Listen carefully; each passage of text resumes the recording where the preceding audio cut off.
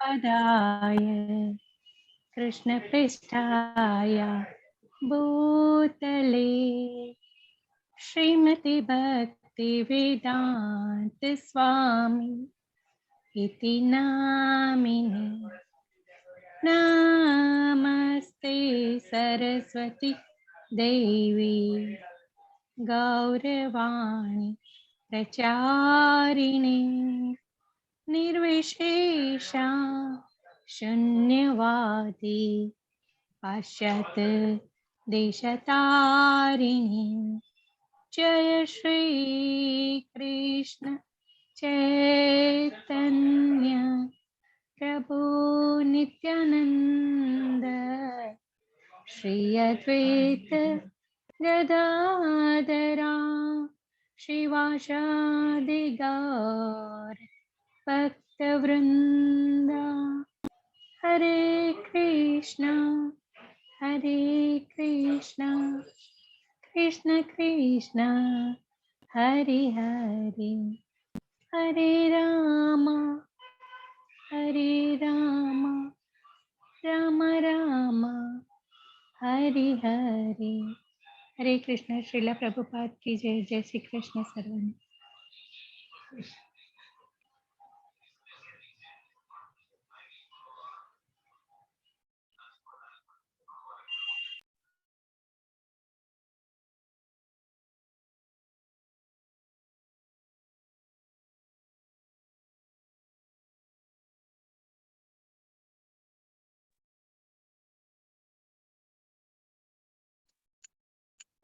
પ્રભુજી મ્યુટ છે. म्यूट માં છો કે પ્રભુજી? કેતન પ્રભુજી પ્રભુજી મ્યુટ માં છે તમે. Sorry okay. हरे कृष्णा सर्व भक्तों ने हरे कृष्ण माताजी। धन्यवाद माताजी। हरे कृष्ण। हरे कृष्णा। हरे कृष्णा। हरे कृष्णा। हरे कृष्ण प्रभुजी। हरे कृष्ण। हरे कृष्ण। तो आज આપણે શરૂ કરીએ લેવલ 2 નો શ્રીમદ ભગવદ ગીતાના 18 અધ્યાયમાંથી ચોથો અધ્યાય કે જેનું નામ છે જ્ઞાન।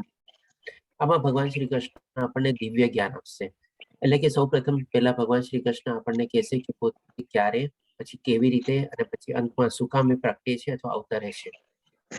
અને ત્યાર પછી ભગવાન શ્રી કૃષ્ણ આપણને આમાં વર્ણાશ્રમથી આપણને જ્ઞાન આપશે। તો આજે આપણે બે ભાગ કવર કરશું। આને ટોટલ 5 ભાગમાં આપણે ડિવાઈડ કરેલો છે, એમાંથી 2 ભાગ આપણે આજે લેશું, પાછી બાકીના 3 ભાગ આપણે આવતીકાલે લેશું। પ્રથમ ભાગમાં આપણે એ જોશું કે ભગવાન શ્રી કૃષ્ણ ક્યારે, કેવી રીતે અને શું કામે પ્રગટે છે અને એનું દિવ્ય જ્ઞાન પ્રગટવાનું શું છે અને એમની દિવ્ય કાર્ય કરવાની પ્રણાલીના કેવી હોય છે એ આપણને જાણવા મળશે। પછી બીજા ભાગમાં આપણે જાણશું કે એ જાણીને આપણને શું ફાયદો થાય અથવા શું લાભ મળે અથવા આપણને ભગવત પ્રાપ્તિમાં આપણને કેવી રીતે મદદ કરી શકે। આ બે ભાગ આપણે આજે કવર કરશું। હરે કૃષ્ણ। કૃષ્ણ વિશે ગુણાતીત જ્ઞાન આ આપણે પહેલા શ્લોકથી લઈને 10 શ્લોક સુધીમાં કવર થાય છે। તો સૌપ્રથમ આપણે જાણી લઈએ કે આપણે આજે ભગવદ ગીતા જે છે એ આપણે ગુરુ શિષ્ય પરંપરામાં જાણવી જોઈએ। હવે એનું મહત્વ શું છે એ આપણે પહેલા લઈ લઈએ કે ભગવાન શ્રી કૃષ્ણ વિશેનું ગુણાતીત જ્ઞાન એટલે કે આ જે જ્ઞાન જે છે આપણે ગુણાતીત જ્ઞાન છે। ગુણાતીત જ્ઞાન એટલે કે આપ જાણો છો કે પ્રકૃતિના 3 ગુણોની ઉપર। બધાને હું મ્યુટ કરી દઉં છું, પ્લીઝ આપ સર્વે પોતપોતાને મ્યુટ રાખજો જેથી બેકગ્રાઉન્ડ અવાજ ઓછો આવે। તો ગુણાતીત જ્ઞાન એટલે કે આપણે ભૌતિક પ્રકૃતિ જેમાં 3 ગુણ છે, સતોગુણ, રજોગુણ અને તમોગુણ, એની ઉપર એટલે કે એની ઉપર રહી થયેલું જે જ્ઞાન છે એ આને કહી શકીએ આપણે ગુણાતીત જ્ઞાન। અને એ ગુરુ પરંપરાઓ દ્વારા પ્રાપ્ત થવું જોઈએ। હવે એ ડેફિનેટલી શું કામે પ્રાપ્ત થવું જોઈએ ગુરુ શિષ્ય પરંપરામાં એ આપણે જાણશું। આપણે સૌપ્રથમ આ ભગવાન શ્રી કૃષ્ણના સ્વરૂપ, પ્રાગટ્ય અને લીલા વિશે સત્ય પ્રગટ કરે છે। ડેફિનેટલી આ જ્ઞાન જે ભગવાન શ્રી કૃષ્ણના મુખે નીકળેલું છે એ પોતે કહે છે કે હું ક્યારે, કેવી રીતે અને શું કામે પ્રગટ થાઉં છું અને એમને કાર્ય કરવાની પ્રણાલિકા અથવા તો એમની જે આપણે લીલા કહીએ બીજા શબ્દોમાં એ કેવી રીતે થાય છે એ ભગવાન શ્રી કૃષ્ણ પોતે આપણને સમજાવશે। આ સત્ય સોરી આ સત્યો જાણીને કૃષ્ણનો આશ્ચર્ય શુદ્ધ થઈ કૃષ્ણને પ્રાપ્ત કરી શકે છે।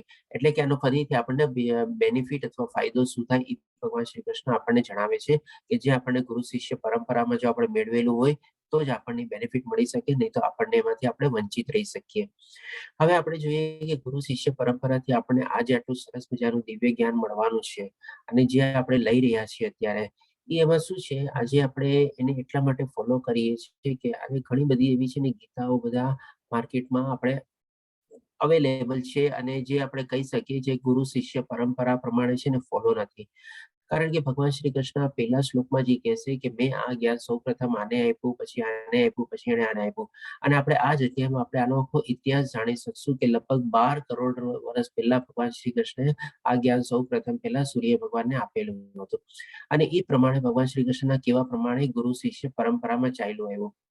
અને પછી ભગવાન શ્રી કૃષ્ણ બીજા શ્લોકમાં એ બી કહે છે કે ભાઈ કાલાંતર એટલે કે સમયના અંતરે એ આસ્તે આસ્તે લુપ્ત થઈ ગયું, અથવા તો જેનું ઓરિજિનલ ફોર્મ હતું એમાં ઘણું બધું પોલ્યુશન આવી ગયું, એમાં ડાયલ્યુટ આવી ગયું, એમાં મિશ્રણ આવી ગયું, બધા પોતપોતાના અલગ અલગ ઇન્ટરપ્રિટેશન કાઢવા માંડ્યા, અલગ અલગ ભાવાર્થ કાઢવા માંડ્યા, અને પોતપોતાના હિસાબે માર્કેટિંગ ને બધું કરવા લાગ્યા. પછી એટલે ભગવાન શ્રી કૃષ્ણ કહે છે કે તેથી આ જ્ઞાન હું તને ફરીથી આજે કહીશ. એટલે કે ફરીથી ભગવાન શ્રી કૃષ્ણ આખું જ્ઞાન એઝ ઇટ ઇઝ અર્જુનને લગભગ મહાભારતના યુદ્ધમાં 5000 વર્ષો પહેલા કીધેલું હતું. તો હવે આપણે પણ એનાથી સૌથી મોટી લર્નિંગ એ છે કે આપણે જે ત્યારે ભગવદ્ ગીતા ફોલો કરીએ છીએ એ આપણે ગુરુ શિષ્ય પરંપરામાં આપણે એને ફોલો થયેલી છે કે નહીં એ જાણવું જોઈએ. અગર જો એ ગુરુ શિષ્ય પરંપરામાં ન હોય તો ડેફિનેટલી ઓરિજિનલ ફોર્મમાં નથી, અથવા તો એમાં કંઈક ને કંઈક બીજા ભળતા ભળતા આપણે સંદેશો હોય કે પછી એમાં ઇન્ટરપ્રિટેશન હોય, કોઈક અલગ અલગ ધારણા કરેલી હોય, કોઈક અલગ અલગ મતલબ કાઢેલા હોય, તો એ આપણને નુકસાન પહોંચાડી શકે. કારણ કે એને પોતાના ફાયદા પ્રમાણે અથવા એની પોતાની અટકળ પ્રમાણે, અથવા તો હોઈ શકે ફાયદા પ્રમાણે નહીં, પણ એને પોતાની સમજ પ્રમાણે કીધેલું હોય. તો અહીંયા સમજવી આપણે છે ને, જેમ ભગવાન શ્રી કૃષ્ણે કીધું ને, અર્જુનને જે જ્ઞાન આપ્યું અને અર્જુનને યથારૂપ એ રીતે જ જ્ઞાન સ્વીકાર્યું, જે આપણે જોઈ શકીએ છીએ. અર્જુન પોતે 10મા અને 11 શ્લોકમાં બધું જે જ્ઞાન ભગવાન પાસેથી મળ્યું એ બધું સરસ રીતે વર્ણવે છે કે આપે મને જે જ્ઞાન આપ્યું એ બધું સાચું છે, હું એને માનું છું, હું એને સ્વીકારું છું, હું એને મહેસૂસ કરી શકું છું, હું એને અનુભવી શકું છું, બધી ચીજ A to Z કે છે એમાં. તો આપણે પણ છે ને એ જ ઓરિજિનાલિટી ફોર્મમાં આપણે જ્ઞાનને બી આપણે સ્વીકારવું જોઈએ. એવું નહીં કે ભાઈ આપણે એમાં અમુક જ્ઞાનને આપણે સ્વીકારીએ અને અમુક જ્ઞાન આપણને લાગે કે ભાઈ આપણને બંધ બેસતું નથી અથવા પ્રેક્ટિકલ લાઈફમાં બંધ બેસતું નથી, એટલે આપણે આઉટરાઇટ રિજેક્ટ કરી દઈએ અથવા એને સ્વીકારીએ નહીં, અથવા એમાં તો આપણે કંઈક ને કંઈક પણ સંશય કરવા લાગીએ, ડાઉટ કરવા લાગીએ, એવું નથી. આખું જે 700 શ્લોકનું જ્ઞાન છે, અથવા તો કહી શકીએ ભગવાન શ્રી કૃષ્ણ કહેવાયેલા દ્વારા જે 574 શ્લોક છે, એ બધી ચીજને આપણે એઝ ઇટ ઇઝ સ્વીકારવું જોઈએ. કારણ કે આ જે જ્ઞાન છે જે 12 કરોડ વર્ષ પહેલા અપાયેલું છે, એ આજની તારીખમાં બી છે ને એટલું જ એઝ ઇટ ઇઝ છે ને વેલિડ છે. આપણે ખાલી આપણી અટકળ પ્રમાણે, આપણી લિમિટેડ જ્ઞાનના કારણે, લિમિટેડ સમજના કારણે આપણે એને એપ્લાય ન કરી શકતા હોઈએ, એ વાત અલગ છે. પણ ડેફિનેટલી એ આપણે કહી શકીએ કે કોઈ એમાં આપણે ઇનએપ્લિકેબિલિટી જેવું કોઈ છે જ નહીં એમાં. તો આ છે સૌથી પહેલા કે પરંપરાનું મહત્વ. એટલે કે જ્ઞાન આપણે એઝ ઇટ ઇઝ ઓરિજિનલ ફોર્મમાં સ્વીકારવું જોઈએ. અર્જુનને જે રીતે સ્વીકાર્યું એ રીતે આપણે પણ એને માનવું જોઈએ, અને એ રીતે આપણે પણ એને આચરણમાં મૂકવું જોઈએ. અને ભગવાન શ્રી કૃષ્ણનો કહેવાનો જે ભાવાર્થ છે એ જ ભાવાર્થ રૂપે આપણે એને સમજવું જોઈએ. હવે આપણે જાણીએ છીએ કે આપણે આજે ઇસ્કોનની ભગવદ્ ગીતા અત્યારે જે ફોલો કરીએ છીએ એ ડેફિનેટલી આપણે બ્રહ્માજીની જે ગુરુ શિષ્ય પરંપરા આવે છે એમાં ચાલી આવે છે. અને આપણે લેવલ 1 જ્યારે કવર કર્યું હશે ત્યારે એક પર્ટિક્યુલર સ્લાઇડ બી હતી, એમાં આખી ગુરુ શિષ્ય પરંપરાની આપણે સિક્વન્સ બી હતી. એમાં 32મો નંબર શ્રીલા પ્રભુપાદજીનો આવતો હતો. તો ડેફિનેટલી આપણે આ જે ભગવદ્ ગીતા છે એ ગુરુ શિષ્ય પરંપરામાં છે, અને હવે આપણે પણ એ જ રીતે આપણે સ્વીકારવી જોઈએ, માનવી જોઈએ, અને એને ફોલો કરવાની આપણે કોશિશ કરવી જોઈએ. તો જ આપણને લાભ મળી શકે. અથવા તો આપણે જેમ ભગવાન શ્રી કૃષ્ણ કહે છે કે આ બધું ચીજ જાણીને મને પ્રાપ્તિ કરી શકે છે. જો આપણે આમાં ક્યાંક બી અટકળ આપણે લગાડીએ તો પછી આપણે ઇમ્પ્યોરિટી થઈ ગઈ, આપણને બેનિફિટ ન મળી શકે 100% રીતે. તો હવે પહેલા શ્લોકમાં ભગવાન શ્રી કૃષ્ણ એ જ કહે છે, પૂર્ણ પુરુષોત્તમ ભગવાન શ્રી કૃષ્ણે કહ્યું, મેં આ પરમ જ્ઞાન વિદ્યાનો ઉપદેશ સૂર્યદેવ વિવાસોને આપ્યો, અને વિવાસોને મનુષ્યના પિતા મનુને ઉપદેશ આપ્યો, અને મનુએ આ ઉપદેશનો ઈક્ષ્વાકુને આપ્યો. એટલે કે ભગવાન શ્રી કૃષ્ણ અહીંયા પોતે કહે છે કે આ સૌ પ્રથમ મેં જ્ઞાન આપણે સૂર્ય ભગવાનને, એટલે કે એમના વિવાસોન છે ને વિવાસોને આપ્યો. ત્યાર પછી વિવાસોને મનુને આપ્યો. મનુ એટલે કે આપણે પ્રીજેનિટર ઓફ ધ હ્યુમન કાઇન્ડ. આપણે માનવના સૌથી પહેલા મનુષ્ય રીતે કહી શકીએ. જેમ આપણે આદમ અને ઈવ હોય છે એવી રીતે આપણે મનુને લઈ શકીએ આપણે. એટલે પછી વિવાસોને મનુને આપ્યો, અને મનુએ પછી ઈ જ્ઞાન આપણે આપ્યું ઈક્ષ્વાકુને આપ્યું. હવે આ સિક્વન્સ સમજાવ્યા પછી ભગવાન શ્રી કૃષ્ણ બીજા શ્લોકમાં કહે છે કે ભાઈ આ કાળાંતરે અદ્રશ્ય થવા માંડ્યું. એટલે કે ભગવાન શ્રી કૃષ્ણ કહે છે એ રીતે અર્જુન આ પરમ વિજ્ઞાન ગુરુ શિષ્ય પરંપરા દ્વારા પ્રાપ્ત થયું. એટલે કે અહીંયા પણ ભગવાન શ્રી કૃષ્ણ તમે જોજો ગુરુ શિષ્ય પરંપરાના ઉપર સ્ટ્રેસ મૂકે છે અને એ રીતે કે છે કે એ લોકોએ બધા એને પ્રાપ્ત કર્યું, એના સિવાય બીજું કોઈ પ્રાપ્ત કરવાનું માધ્યમ હતું નથી. અને પછી સાથે સાથે એ જ રીતે કે છે કે રાજર્ષિઓએ એ જ રીતે જાણ્યું. હવે એ ટાઈમમાં શું છે, બધા મોટા મોટા રાજા ઋષિઓ ને બધા હતા, અને રાજા ને બધાને લોકોને છે ને આપણે ઋષિઓને એની સાથે એટલા માટે કમ્પેર કરતા કારણ કે એ લોકો છે ને એની પ્રજાનું બહુ સરસ રીતે ધ્યાન રાખતા. ધ્યાન એમ નહીં કે ખાલી એની કાળજી કેળવણી ને બધું ઉપર ધ્યાન આપતા, પણ બધી રીતે છે ને એની પ્રજા સુખી હોવી હોય ને એ એનું સૌથી મોટું એનું કર્તવ્ય સમજતા કે મારી પ્રજાને બધું જ્ઞાન મળવું જોઈએ, મારી પ્રજા આધ્યાત્મિક રસ્તા ઉપર હોવી જોઈએ, મારી પ્રજા માટે કેળવણી હોવી જોઈએ, મારી પ્રજાને પોતાનું રોજબરોજનું બધું જે આપણે કહીએ ને રોજગારી માટેના સાધનો બધા ઉપલબ્ધ થવા જોઈએ. એટલે કે આપણે કહી શકીએ ને કે ભાઈ ઓલ રાઉન્ડ છે ને બધી સુખ અને શાંતિની એના પ્રજા લોકો માટે ઈચ્છતા અને એના માટે દિવસ રાત પ્રયાસ કરતા. એવું નહીં કે લોકો પોતપોતાના બેનિફિટ માટે કે એવું કઈ કરતા જે આપણે આજની તારીખમાં જોઈ શકીએ છીએ. એ બધા એવા પોલિટિકલ લોકો પોતપોતાના મુવમેન્ટ માટે કરતા હોય છે અને દેશની પ્રજાની માટે તો બહુ જ એવું બહુ ઓછું હોય છે. અને ભાગ્યે જ એવા લીડર હોય છે આજની તારીખમાં જે એવું કામ સરસ રીતે કરતા હોય છે. કદાચ આપણે ભાગ્યશાળી બી હોઈ શકીએ જો આપણને એવું સરસ મજાનો એવો કોઈ લીડર આજની તારીખમાં મળ્યો હોય તો. તો આ રીતે જે છે રાજર્ષિઓ એ જ રીતે જાણ્યું અને એ જ રીતે જાણ્યા પછી લોકોએ બી રાજ કર્યું અને એની પ્રજાને સરસ રીતે સુખી સંપન્ન રાખી. આ એક ચીજ અહીંયાથી બહુ ટેકઅવે આપણે જેવું લઈ શકીએ કે ભાઈ આ જો જ્ઞાન આપણે મળીએ તો જેમ રાજર્ષિઓની લોકોએ બધા જાણ્યું એની પ્રજા સુખી થઈ, તો આપણે પણ જો એ જ રીતે સરસ રીતે ગુરુ શિષ્ય પરંપરામાં જો જ્ઞાન મેળવીએ અને આપણે બી જેવી રીતે આપણા લાઈફમાં બી અને આપણા અંદર અંદર જેટલા આપણે જેને આપણે થોડા આપણે કંટ્રોલ કે વર્ચસ્વમાં રાખી શકતા હોય ને એ લોકોને પણ આપણે જો જ્ઞાન આપીએ તો એ લોકો પણ સુખી અને સરસ રીતે રહી શકે છે.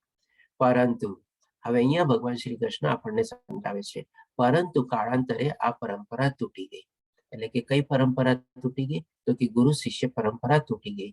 અને પછી એમાં શું થઈ ગયું શરૂઆત કે અલગ અલગ વચ્ચે લિંકો બધી જોડાવા માંડી. કોક આમ લિંક જોડાણી, કોક આમ જોડાણી, કોક આમ એવી રીતે. અને એનો રિઝલ્ટ શું આવ્યો? અને તેથી આ વિજ્ઞાન જે દિવ્ય જ્ઞાન છે જે ભગવાન શ્રી કૃષ્ણ આદ્યમાં આપણને દેવા જઈ રહ્યા છે યથાર્થ રૂપમાં એટલે કે એની ઓરિજિનલ ફોર્મમાં લુપ્ત થયેલું જણાય છે. એટલે કે આસ્તે આસ્તે ગાયબ થઈ ગયું. એમાં ઇમ્પ્યોરિટી ડાયલ્યુશન ની બધું ભેળસેળ ને બધું એટલું બધું આવી ગયું કે જે ઓરિજિનલ ભગવાનનો કહેવાનો જે સંદેશ હતો અથવા જે જ્ઞાન ના માધ્યમ દ્વારા જે ભગવાન શ્રી કૃષ્ણ આપણને કહેવા માંગતા હતા એ બધું આસ્તે આસ્તે લુપ્ત થઈ ગયું. એ રીતે ભગવાન શ્રી કૃષ્ણ જણાવે છે. હવે આપણે જોઈએ કે ગુરુ શિષ્ય પરંપરાને આપણે અહીંયા બી થોડી શોર્ટમાં કવર કરી લઈએ અને સાથે સાથે આપણે સમયનું જ્ઞાન એટલે કે કાળના વિશે બી આપણને થોડું ઘણું કવર કરી લઈએ. હવે ભગવાન શ્રી કૃષ્ણ આજે જ્ઞાન આપ્યું એમાં આપણે 4 પરંપરા કહી શકીએ મેઇન ઓરિજિનલ. સૌપ્રથમ આપણે બ્રહ્માજીની પરંપરા એટલે કે ભગવાન શ્રી કૃષ્ણ જ બ્રહ્માજીને બનાવ્યા અને બ્રહ્માજી પછી એમને આ સૃષ્ટિને બનાવી એ પ્રમાણે આપણે કહી શકીએ. અને એમની પરંપરામાં જે છે આપણે માધવાચાર્ય કરીને આપણે એક મોટા ઋષિ મુનિ નહીં થઈ ગયા અને આપણે આ જે પરંપરા ફોલો કરીએ છીએ આપણે એ જ પરંપરા છે. એટલે કે બ્રહ્માજીએ પછી આ તમે અહીંયા સિક્વન્સ જોજો. આપણે બ્રહ્માજીએ એમના પુત્ર નારદને જ્ઞાન આપ્યું. નારદે પછી એમના અલગ અલગ શિષ્યો બધાને જ્ઞાન આપ્યું અને એ ગુરુ શિષ્ય પરંપરામાં આપણે અહીંયા શ્રીલા પ્રભુપાદજીનો ફોટો જે છે જે આપણે 32મો નંબર આવે છે અને આ સ્લાઇડ આપણે પેલા લેવલમાં કવર કરેલી હતી. પછી આપણે આવે છે જસ્ટ ફોર ધ રિવિઝન આપણે અહીંયા શોર્ટમાં લઈ લઈએ. પછી આવે છે વિષ્ણુ એટલે કે લક્ષ્મીજીની પરંપરા જેમાં આપણે રામાનુજાચાર્ય કરીને મોટા સંત ઋષિ થઈ ગયા. પછી આવે છે શિવ પરંપરા એટલે કે શિવપંથી આપણે કહી શકીએ અને શિવજી આપણે કહી શકીએ કે ભગવાન શ્રી કૃષ્ણના સૌથી મોટા ભક્ત છે. અને ભગવાન શ્રી કૃષ્ણ એટલા મોટા ભક્ત છે કે એને બધા દેવોના બી દેવો એટલે કે મહાદેવ તરીકે આપણે સંબોધીએ છીએ આપણે. અને એમની પરંપરામાં બી વિષ્ણુ સ્વામી કરીને એક મોટા આચાર્ય થઈ ગયા. અને આ જે 4 કુમાર જે છે એ 4 કુમાર બ્રહ્માજીના પુત્રો હતા અને એ લોકોએ આજીવન બ્રહ્મચારી રહેવાનો નિયમ કરેલો હતો અને એ લોકોએ ભગવાન શ્રી કૃષ્ણની પ્રાપ્તિ કરેલી હતી અને એને જે આપણે વંશ આગળ વધારવામાં કીધું હતું કે અમે લોકો યોગદાન નહીં આપી શકીએ કારણ કે અમે લોકો વિવાહ નહીં કરી શકીએ. એટલે 4 કુમારને આપણે અલગ તારવી દીધા છે. હતા એ બ્રહ્માજીના પુત્ર અને આ 4 કુમારમાં આપણે નિમ્બકાચાર્ય કરીને એક સંત ઋષિમાં થઈ ગયા કે જેમના દ્વારા બધા અલગ અલગ આપણે ગુરુ શિષ્ય પરંપરામાં આવે છે. હવે આપણે થોડું અહીંયા સમયનું જ્ઞાન લઈ લઈએ. આ બહુ થોડુંક આપણે શોર્ટમાં લેશું કારણ કે આટલા ડિટેલ કેલ્ક્યુલેશનમાં હું એટલો ગયો નથી કોઈ દિવસ, પણ તેમ છતાં આપણે થોડુંક શોર્ટમાં કવર કરીએ. જેમ કે આપણે સૌ પ્રથમ આવે છે કલિયુગ. કલિયુગ તો નોર્મલી 4,32,000 વર્ષનો કહેવાય છે આપણે. પછી આના તમે ડબલ કરો ને એટલે 8,64,000 વર્ષ. 8,64,000 વર્ષ એટલે કહેવાય છે દ્વાપર યુગ. હવે કલયુગના તમે 3 ગુણા કરો ને એટલે આવી ગયું ત્રેતા યુગ, એટલે કે 12,96,000 વર્ષ. પછી આ કલયુગને 4 ગુણીએ ને એટલે આવી ગયું આપણે સતયુગ. આ જસ્ટ ખાલી આપણે થોડું શોર્ટમાં બધી ફોર્મ્યુલા ને બધું સમજાવી દઉં છું. અને જો આપને કોઈને કોઈ ન્યુમરોલોજી અથવા સ્ટેટિસ્ટિક્સમાં એમાં ઇન્ટરેસ્ટ હોય તો આ બધું કેલ્ક્યુલેશન ની બધું કરી બી શકો છો. મેં તો કોઈ એટલું કર્યું નથી ડિટેલમાં, કારણ કે આપણે તો આટલી સેકન્ડો નથી જીવવાના જેટલું બ્રહ્માજીનું આયુષ્ય છે એટલું. પછી હવે આપણે આવે છે કે આ ચારે એક એક મળીને થાય છે અને 4 યુગ, એટલે થઈ ગયા કલયુગ, દ્વાપરયુગ, ત્રેતાયુગ, સતયુગ મળીને એને કહેવાય એક દિવ્ય યુગ. હવે આ ચારેને આપણે એડ કરીએ તો થઈ ગયા આપણે 4.32 મિલિયન યર્સ. હવે આવી રીતે આપણે મન્વંતર જાણીએ છીએ કે બ્રહ્માજીના 14 મન્વંતર હતા. 14 મન્વંતરમાંથી 6 મન્વંતર ઓલરેડી કમ્પ્લીટ થઈ ગયા છે અને ત્યારે 7મું મન્વંતર ચાલી રહ્યું છે. હવે ઈ એટલે કે મનુજી, એટલે કે મનુનું એક મનુષ્યનું આયુષ્ય કેટલું, એટલે કે આ એક દિવ્ય યુગ એટલે ચારે મળીને થયા. હવે આ દિવ્ય યુગને આપણે જો 71 ગુણીએ તો એવા થઈ ગયા દિવ્ય યુગ કે જે છે આપણે એક મનુનું જીવન, એટલે કે એક મનુનું જીવન આટલા વર્ષો કંઈક સમથિંગ થયું. હવે કલ્પ એટલે કે આને કહેવાય છે આપણે બ્રહ્માજીના દિવસ, એટલે કે બ્રહ્માજીનો દિવસ કોને કહેવાય તો કે આવા એક મન્વંતરને આપણે 14 ગુણીએ તો એ બ્રહ્માજીનો દિવસ થયો. હવે એને જ આપણે ઇક્વલી 14 ગુણીએ પ્લસ એક આપણે એડ કરી દઈએ, કારણ કે ઘણી વાર થોડાક શિયાળા ઉનાળામાં સૂરજ અને એનો જે આપણે અવધિ ઓછી હોય, કેમ કે અજવાળું મોડું થાય, જલ્દી સૂરજ આથમી જાય, એટલે માટે આપણે એક અતિ ઓર ઉમેરવાનું, એટલે કે 14 + 15 એટલે કે 15 સંધ્યા થઈ ગઈ આપણે, કારણ કે શિયાળામાં ડે લાઇટ ઓછી હોય એટલા માટે. તો આવી રીતે 14 મન્વંતર પ્લસ આપણે 15 સંધ્યા. 14 મન્વંતર એટલે ભગવાન બ્રહ્માજીના દિવસ અને 15 એટલે કે 14 મન્વંતર એટલે કે 15 મન્વંતર આપણે ઇન શોર્ટ લઈ શકીએ આને, એટલે કે 29 મન્વંતર એટલે કે આને જયારે આપણે 29 ગુણીએ ત્યારે એ થઈ ગયા બ્રહ્માજીનો એક દિવસ. હવે એને પછી આપણે જયારે આપણે 365 ગુણીએ ત્યારે થયું આપણું એક વર્ષ બ્રહ્માજીનું, અને ઇન્ટુ આપણે 100 ગુણીએ એટલે કે એ થઈ ગયું આપણે બ્રહ્માજીનું આયુષ્ય. એટલે ઈ કેલ્ક્યુલેશન પ્રમાણે લગભગ એ આવે છે 311.04 ટ્રિલિયન યર્સ. આ થયું આપણે બ્રહ્માજીનું આયુષ્ય 100 વર્ષ. હવે આમાં જે મેં કીધું કે આપણે 6 કલ્પ વધારે મ્યુટ કરી દઉં છું. હવે આમાં જે મેં કીધું કે બ્રહ્માજીના ઓલરેડી આપણે 6 મન્વંતર કમ્પ્લીટ થઈ ગયા છે, 14 મન્વંતર છે ટોટલ એમાં, એટલે કે 14 મનુ છે અને 7મું ચાલે છે, એટલે કે ઓલમોસ્ટ 50% કમ્પ્લીટ થઈ ગયા છે બ્રહ્માજીનું જે આયુષ્ય છે એમાંથી, એટલે કે 50 વર્ષ કમ્પ્લીટ થઈ ગયા છે અને બાકીના 50 વર્ષ હજી આવવાના બાકી છે.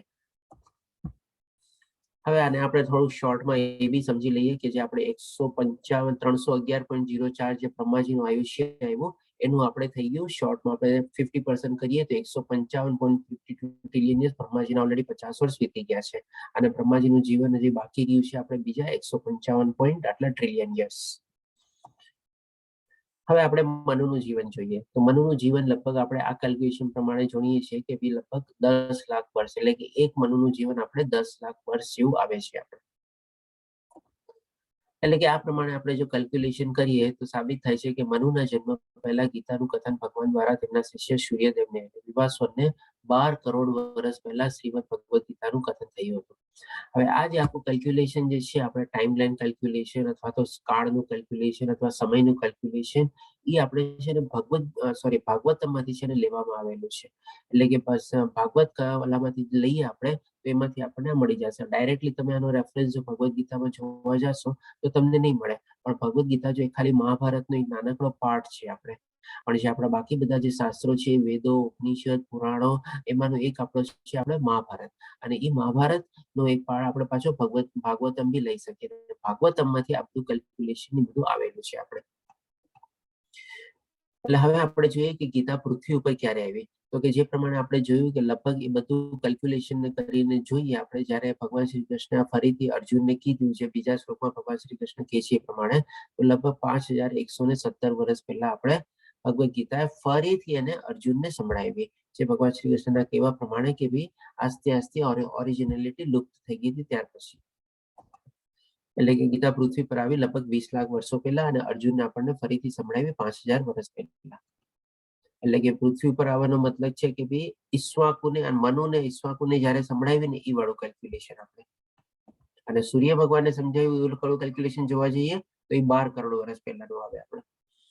હવે આ બધી જે સમરાઇઝ કરીને છે ને એક આપણે કહી શકીએ કે આપણે એકદમ શોર્ટમાં કીધું કે આપણી 1 સેકન્ડ એટલે કે બ્રહ્માજીનું 1 લાખ વર્ષ. આ બધું ઓલમોસ્ટ સેમ કેલ્ક્યુલેશન મળશે. એક્ઝેક્ટ તમે જોવા જશો તો આ નહીં આવે, કદાચ થોડું ઘણું આપણે થોડા ઘણા વર્ષોનો ફરક આવશે, પણ એક સમજ પૂરતું આપણે આ બનાવેલી છે સ્લાઇડ કે હવે 1 સેકન્ડને આપણે 60 ગુણીએ તો 1 મિનિટ, એટલે કે 60 લાખ વર્ષોથી આપણે બ્રહ્માજીનું ટોટલ 60 લાખ વર્ષો એ પ્રમાણે, અને એ બ્રહ્માજીનો 1 કલાક એટલે બ્રહ્માજીની 1 મિનિટ એટલે આપણા 60 લાખ વર્ષો, અને બ્રહ્માજીનો 1 કલાક મીન્સ આપણા કેટલા થયા? એકમ 10 100 1000 10 લાખ કે 36 કરોડ વર્ષો આપણા, એટલે કે બ્રહ્માજીનો 1 કલાક મીન્સ આપણા 36 કરોડ વર્ષો, અને બ્રહ્માજીનો 1 દિવસ એટલે કે આપણા 10 100 8 અબજ 64 કરોડ વર્ષો, એટલે કે આ બધી આપણે બ્રહ્માજીનો 1 દિવસ. હવે આને તમે હજી 365 ગુણો અને ઇન્ટુ આપણે 100 ગુણો, એટલે કે બ્રહ્માજીનું આયુષ્ય થયું એટલા વર્ષો આપણે આ થયા આપણે કેલ્ક્યુલેશન, તો એ લગભગ તમારે 311.04 ટ્રિલિયન યર્સ આવશે. હવે એની તમે સેકન્ડ કાઢશો ને તો એટલા સેકન્ડ આપણે નથી જીવવાના. તો હવે આથી આપણે હવે જોઈએ ભગવાન શ્રી કૃષ્ણ ત્રીજા શ્લોકમાં શું કહે છે, એટલે કે તે જ આ પ્રાચીન જ્ઞાન યોગ. યોગ એટલે કે શું? ભગવાન શ્રી કૃષ્ણ સાથેનું મિલન, એટલે કે તે જ આ પ્રાચીન યોગ પરમેશ્વર સાથેના સંબંધનું વિજ્ઞાન આજે હું કહી રહ્યો છું. એટલે કે આ પણ ભગવાન શ્રી કૃષ્ણના મુખેથી નીકળેલું છે, અને ભગવાન શ્રી કૃષ્ણ પોતે કહે છે કે એ જ ઓરિજિનલ જ્ઞાન હતું જે 12 કરોડ વર્ષ પહેલા ભગવાન શ્રી કૃષ્ણ સૂર્ય ભગવાનને આપ્યું હતું, પછી સૂર્ય ભગવાન મનુને આપ્યું, મનુ ઈક્ષ્વાકુને આપ્યું, અને પ્રમાણે રાજેશ્વરીએ ફોલો કર્યું, અને પછી કાળાંતરે આખી સિક્વન્સ તૂટવા લાગી, અને એમાં ઇમ્પ્યોરિટી ડાયલ્યુશન બધું એડ થવા માંડ્યું, એટલે કે આપણે ત્યાં પછી ભગવાન શ્રી કૃષ્ણ એક અલ્પ વિરામ અથવા ફૂલ સ્ટોપ આપ્યો હશે એ જ્ઞાનને ત્યાં, અને ત્યાંથી લઈને પછી ફરીથી પાછા ભગવાન શ્રી કૃષ્ણના કહેવા પ્રમાણે, એટલે કે એ જ પ્રાચીન યોગ પરમેશ્વર સાથેના સંબંધનું જે વિજ્ઞાન જે છે આજે હું તને ફરીથી કહી રહ્યો છું. એટલે કે જ્યાંથી ભગવાન શ્રી કૃષ્ણ લાગ્યું હશે કે હવે આ લુપ્ત થઈ ગયું છે, હવે એનું ઓરિજિનલ ફોર્મ વયું ગયું છે, એટલે ત્યાંથી એને ફરીથી શરૂ કરીને અત્યારે અર્જુનને સંભળાવ્યું. એટલે કે લગભગ 5000 વર્ષ પહેલા ભગવાન શ્રી કૃષ્ણ અર્જુનને કીધું, અને એ જ આપણે ગુરુ શિષ્ય પરંપરામાં આપણે ફોલો કરીએ છીએ. હવે આનું કારણ બી બતાવે છે કે શું કામે કીધું, કારણ કે તું મારો ભક્ત તથા મિત્ર છે, અને તેથી આ વિજ્ઞાનના દિવ્ય રહસ્યને સમજી શકે છે. હવે આમાંથી આપણે શું છે ટેક અવે લેવાનું કે ડેફિનેટલી આપણે જો ભગવાનના ભક્ત થઈએ અને પછી આપણે મિત્રતાનો સવાલ આવે છે કે ભાઈ આપણો રસ કેવો છે ભગવાનની ભક્તિમાં, તો આવી રીતે જો આપણે જયારે ભગવાનના ભક્ત થઈએ ત્યારે જઈને આપણને આ જ્ઞાન છે ને આપણે સમજી શકીએ છીએ. નહીં તો છે ને આપણે જો ભક્ત થયા વગર આપણે જ્ઞાનને સમજવાની કોશિશ કરીએ just for the sec of, આજે કોઈ કહે કે ભાઈ મારે આધ્યાત્મિક જ્ઞાનમાં મારે ડિગ્રી મેળવવી છે, માસ્ટર્સ મેળવવું છે, પીએચડી મેળવવી છે, તો આજે ઘણી બધી એવી યુનિવર્સિટીઓ બી છે. આપણે હિન્દુ યુનિવર્સિટી ને અમેરિકામાં બહુ સરસ મજાની યુનિવર્સિટી છે જેમાં પીએચડી ડિગ્રી બી કરાવે છે.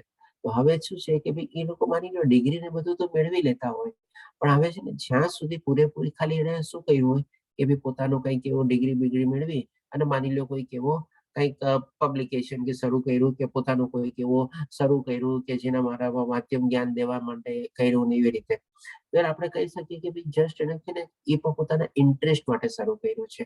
એમ નહીં કે ભક્ત બનીને ભગવાનની ભક્તિ કરીને ભગવાનને જાણવાની કોશિશ કરી છે. હવે જ્યાં સુધી આવો ઇન્ટરેસ્ટ ન આવે ને ત્યાં સુધી આપણે એ દિવ્ય જ્ઞાનને પણ છે ને સરસ રીતે સમજી નથી શકતા.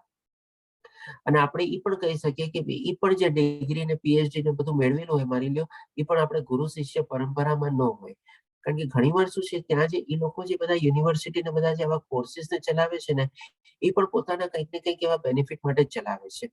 અને એ બધી ડિગ્રીઓને બી આપણે કહીએ ને કે ભાઈ એટલો ખાસ મતલબ નથી રહેતો અનટિલ એન્ડ અનલેસ એ ગુરુ શિષ્ય પરંપરામાં આવેલી હોય અને જે આ ડિગ્રી મેળવતો હોય એ પણ જો ભગવાન શ્રી કૃષ્ણનો સાચો ભક્ત હોય તો. આજે ઘણા લોકો છે ને એ બધી ડિગ્રીમાંથી લઈને ડિગ્રીઓ લીધેલી છે, અને તમે પર્ટિક્યુલરલી જોજો ઇંગ્લિશ લિટરેચરના બધામાં આપણે ભગવદ્ ગીતા ઉપર ઘણા બધા એવા ઓથરો છે અને ઘણી બધી એવી પુસ્તકો બી મળે છે. આજે કોઈક વાર એવી તમે ઓક્સફોર્ડ કેવી લાઇબ્રેરીમાં જાજો ત્યાં તમને છે ને ભગવદ્ ગીતા ઉપર ઘણા બધા ઇંગ્લિશ ઓથરની આવી સરસ ચોપડીઓ અને બધાનું કલેક્શન મળી જશે. ડિગ્રીઓ મેળવેલી હોય છે એટલે પોતપોતાનું પબ્લિકેશન સ્ટાર્ટ કરી દે છે અને પુસ્તકને બધું લખવા માંડે છે. એટલે કે આ રીતે આપણે જે છે એ કે ભાઈ જ્યાં સુધી આપણે ભક્ત ન થઈ શકીએ ત્યાં સુધી આપણને એ જ્ઞાન આપણને મળતું નથી, એ જ્ઞાનને આપણે સમજી બી શકતા નથી. બાય ચાન્સ થોડું ઘણું આપણે મેળવી બી લીધું હોય તો એ આપણે આપણા અર્થઘટન પ્રમાણે આપણે મેળવીએ છીએ, આપણે પોતાના મિનિંગ કાઢીને આપણે મેળવીએ છીએ, પણ જે રીતે અર્જુને મેળવેલું એ રીતે આપણને મળતું નથી. તો આ ચીજ આપણે બહુ સરસ રીતે સમજવાની છે. એમાં આપણે એકચ્યુઅલી લેવલ 2 નો મેઇન ઉદ્દેશ જ છે કે આપણે ડીપ ને ડીપમાં ઉતરવાનું છે. એટલા માટે હું આપણે આ બધી આપણે દાખલા આપી અને એવા બધા આપણે જે કહીએ ને કે સંદર્ભો અથવા રેફરન્સ આપીને સમજાવું છું કે જેથી કરીને આપણને ક્યાંક કનેક્ટ કરવું હોય તો કનેક્ટ બી કરી શકો છો. કારણ કે ઘણા લોકોને શું છે આવું બધી ક્યુરિયોસિટી ને ઇન્ટરેસ્ટ લાગે, આવી બધી રિસર્ચ કરવાનો ઇન્ટરેસ્ટ લાગે કે હા એવી રીતે હશે, એવા બધા ઓથર લોકોએ કર્યું હશે, એવી રીતે છે. તો જી અમેરિકાની બધામાં એવી યુનિવર્સિટીઓને બધું ચાલે છે જે લોકો પીએચડી ડિગ્રી સુધા ઓફર કરે છે. હવે પછી આ બધું સાંભળ્યા પછી અર્જુન ભગવાન શ્રી કૃષ્ણને પૂછે છે પણ કેવી રીતે, તમે તમારા સમકાલીન છો. એટલે કેટલો આદરપૂર્વક વિનયપૂર્વક પૂછે છે ભગવાન શ્રી કૃષ્ણ કે ડેફિનેટલી આપ તો તમે કીધું કે હું મારો મિત્ર છું તો દેટ મીન્સ મારા થોડા વર્ષ પહેલા આપણા બે વચ્ચેનો ફરક હશે. તો તમે કેવી રીતે ભગવાન સૂર્યને કીધું અને પછી મનુને અને ઈક્ષ્વાકુને બધાને થયું અને પછી આજે ફરીથી તમે મને જ્ઞાન દઈ રહ્યા છો. એટલે હવે આનો ભગવાન શ્રી કૃષ્ણ પણ સરસ રીતે જવાબ આપે છે. 5મા અને 6ઠા શ્લોકમાં કહે છે પછી ભગવાને કહ્યું, હે અર્જુન, મારા અને તારા ઘણા જન્મો થઈ ગયા. મારા તે બધાનું સ્મરણ છે પણ હે પરંતપ તમને એનું સ્મરણ રહી શકતું નથી. હવે સૌથી પહેલા અહીંયા ભગવાન શ્રી કૃષ્ણ રીઝન બતાવે છે કે ભાઈ શું કામે હું તને અત્યારે કહી રહ્યો છું. તો એનો મતલબ કે છે ભગવાન શ્રી કૃષ્ણ કે ભાઈ મારા અને તારા ઘણા જન્મો થઈ ગયા છે.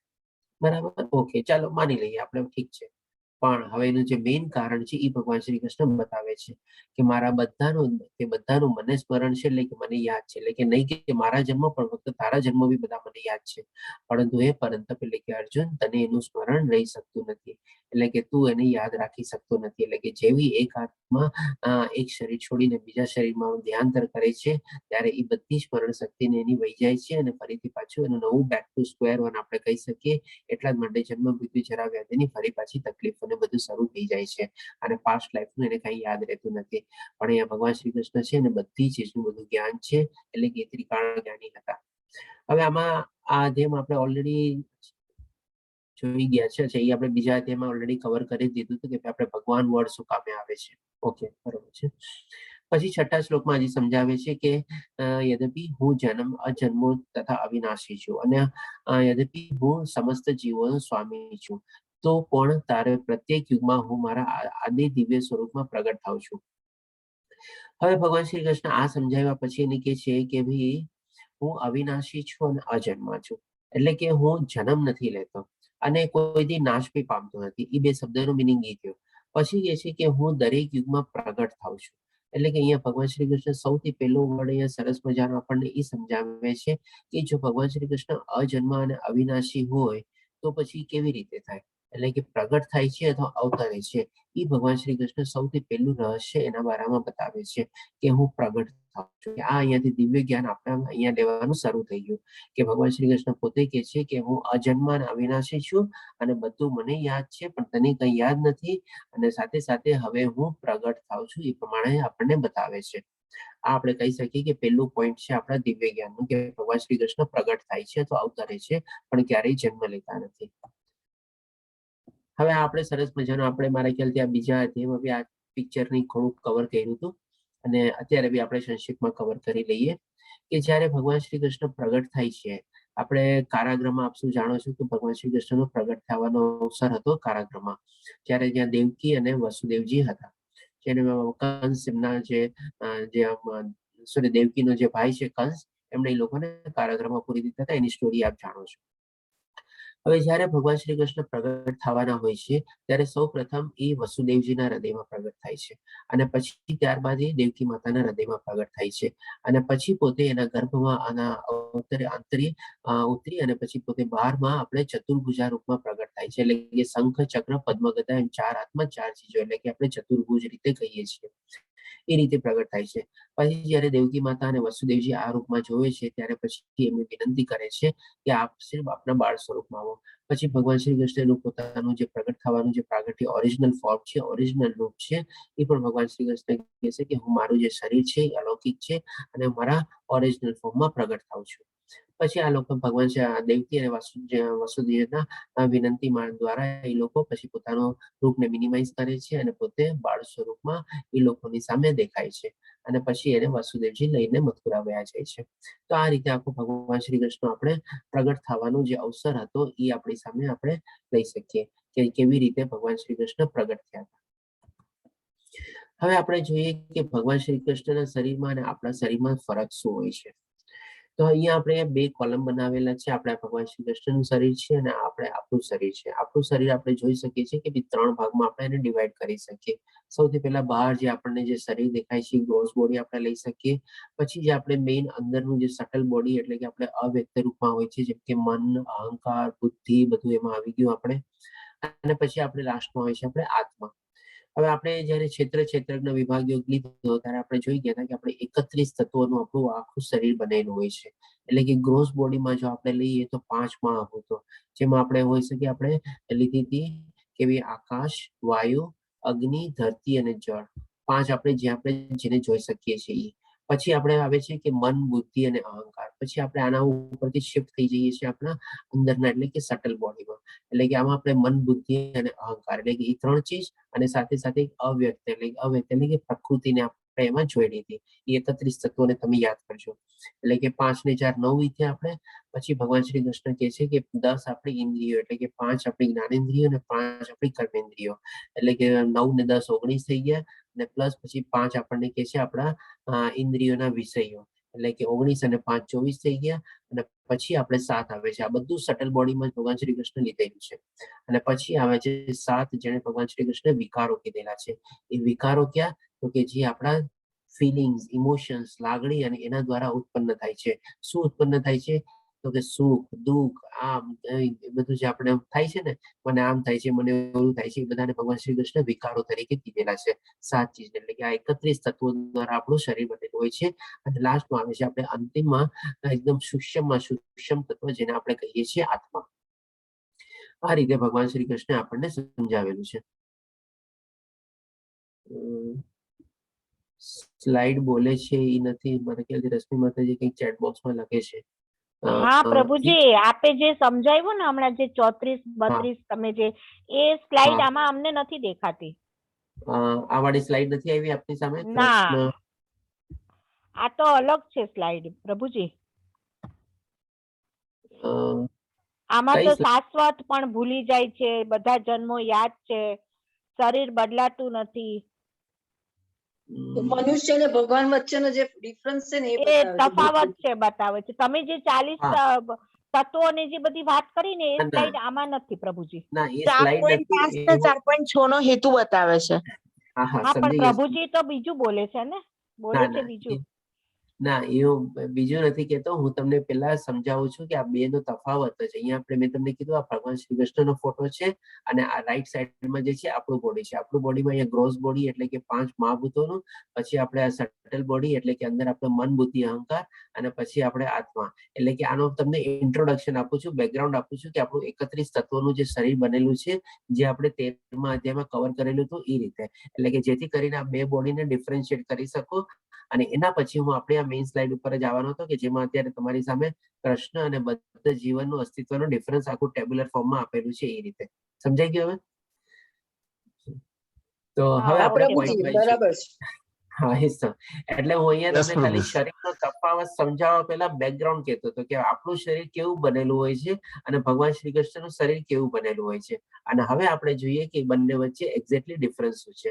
કારણ કે જ્યાં સુધી થોડું બેકગ્રાઉન્ડ ન ક્લિયર હોય ત્યાં સુધી આને સમજવું ડાયરેક્ટલી આપણે કન્ફ્યુઝન ક્રિએટ કરી શકીએ ક્યારેક. એટલા માટે તો હવે પહેલો ડિફરન્સ છે કે ભગવાન શ્રી કૃષ્ણનું જે છે શાશ્વત એટલે ભૂતકાળ, વર્તમાન અને ભવિષ્ય યાદ છે. જેમ ભગવાન શ્રી કૃષ્ણને કીધું એ રીતે. ત્યારે આપણું જે શરીર છે એટલે કે બધા જીવનનું જે અસ્તિત્વ છે આ બધું ચીજ આપણે ભૂલી જઈએ છીએ.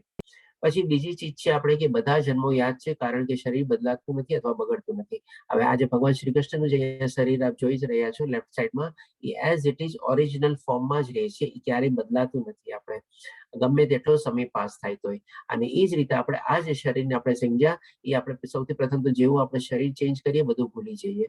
અને પછી જેવું ભૂલીએ અને પછી આપણે જન્મ લઈએ અને જન્મથી લઈને મૃત્યુ સુધી એટલે કે આપણે અલગ અલગ અવસ્થાઓમાંથી પાસ થઈએ. કુમારાવસ્થા, પછી વૃદ્ધાવસ્થા ને એવી રીતે. એ બધામાં છે ને આપણું શરીર બદલાતું રહેતું હોય છે એવી રીતે. પછી કેમ કે પોતાના મરજીથી દેખાય છે. ડેફિનેટલી ભગવાન શ્રી કૃષ્ણ પોતે પોતાને પ્રગટ કરે છે અથવા અવતરિત કરે છે. અને આમાં જે છે એ આપણે આપણા કર્મો દ્વારા આપણને શરીર મળે છે. જેવા જેવા આપણા કર્મો હોય એ પ્રમાણે આપણને અલગ અલગ યોનિમાં, જેમ ભગવાન શ્રી કૃષ્ણ કીધેલું હતું, એ યોનિમાં એને નાખવું છે. હોઈ શકે આપણે ઉચ્ચતર યોનિમાં બી જઈએ, અથવા તો આપણે દેવલોક, વૈકુંઠ લોકમાં નથી, પણ શું કહીએ, આપણે સ્વરલોકમાં કે બધે પણ જઈ શકીએ. અને જો આપણા એવા કર્મો હોય તો ડેફિનેટલી ભગવાન શ્રી કૃષ્ણ કહે છે કે નીચતર યોનિમાં બી નાખવું જોઈએ. નીચતર યોનિમાં બધા આપણા નીચેના જે લોકો છે એ બી આવી ગયા. અને નીચેતર યોનિનો એવી મતલબ છે કે હોઈ શકે આપણને મનુષ્ય શરીર ન મળે, પણ આપણને બીજા કોઈ બી પશુ, પ્રાણી કે કોઈનું કોઈ આપણને શરીર મળી શકે છે. એ આપણા કર્મ ઉપર ડિપેન્ડ છે. પછી જે ભગવાન શ્રી કૃષ્ણનું આ જે શરીર છે એ ગુણાતીત છે, એટલે કે ગુણોની ઉપર છે. અને આપણું જે શરીર છે એ જેવો આપણે જન્મ લઈએ છીએ, ભૌતિક પ્રકૃતિના સંસર્ગમાં આવે છે, એ ઓટોમેટિકલી આ જે ભૌતિક પ્રકૃતિમાં જે 3 ગુણો છે એના દ્વારા એ બંધાઈ જાય છે. પછી લાસ્ટ છેલ્લો ડિફરન્સ છે કે શરીર અને સ્વ વચ્ચે કોઈ તફાવત નથી, એટલે કે ભગવાન શ્રી કૃષ્ણ અને આત્મા એની વચ્ચે કોઈ ફરક છે નહીં, એટલે કે આત્મા પરમાત્મા બધું એક જ છે. અને આપણે અંદરમાં શું છે કે આપણે બહારનું આપણે શરીર જે છે એની અંદરમાં આપણે પરમાત્માનો અંશ, એટલે કે આત્મા રહેલો છે આપણા હૃદયમાં, અને એની ઉપરમાં આત્મા છે, પરમાત્મા છે. આ રીતે આપણા શરીર અને ભગવાન શ્રી કૃષ્ણના શરીર વચ્ચેનો ટોટલ ડિફરન્સ છે. આપણે આઈ હોપ કે હવે ક્લિયર થયું હશે. હવે સ્લાઇડ ની બધાનું કોઈ કન્ફ્યુઝન નહીં રહ્યું હશે આપને.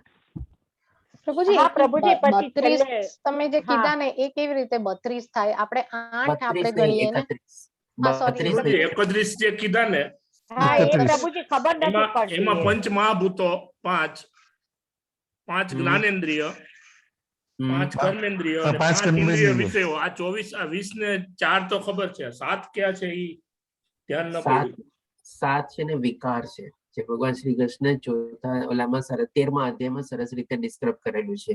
એ વિકાર તો કે સુખ, તો કે દુઃખ, તો કે લાગણી, તો કે ભાઈ આપણને અફસોસ થવો, એ બધા જે આપણા મનમાં જે બધી આપણા થોટ્સ, ઇમોશન્સ અને લાગણી દ્વારા જે આપણે વ્યક્ત કરીએ છીએ ને, એ બધાને ભગવાન શ્રી કૃષ્ણ વિકાર તરીકે બતાવેલા છે. તમે 13મા અધ્યાયનો એ શ્લોક રેફર કરજો, એમાં બધું સરસ રીતે આપણે વર્ણવેલું હતું. અને લેવલ 1માં મેં આખું ડિસ્ક્રાઇબ બી કરેલું હતું સરસ રીતે ટોટલ.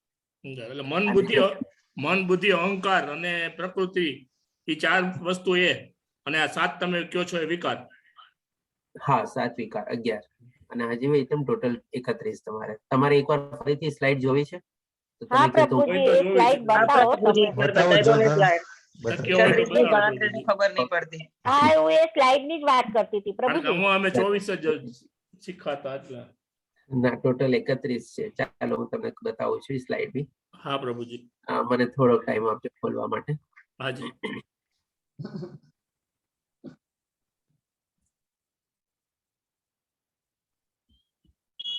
પ્રભુજી પણ છે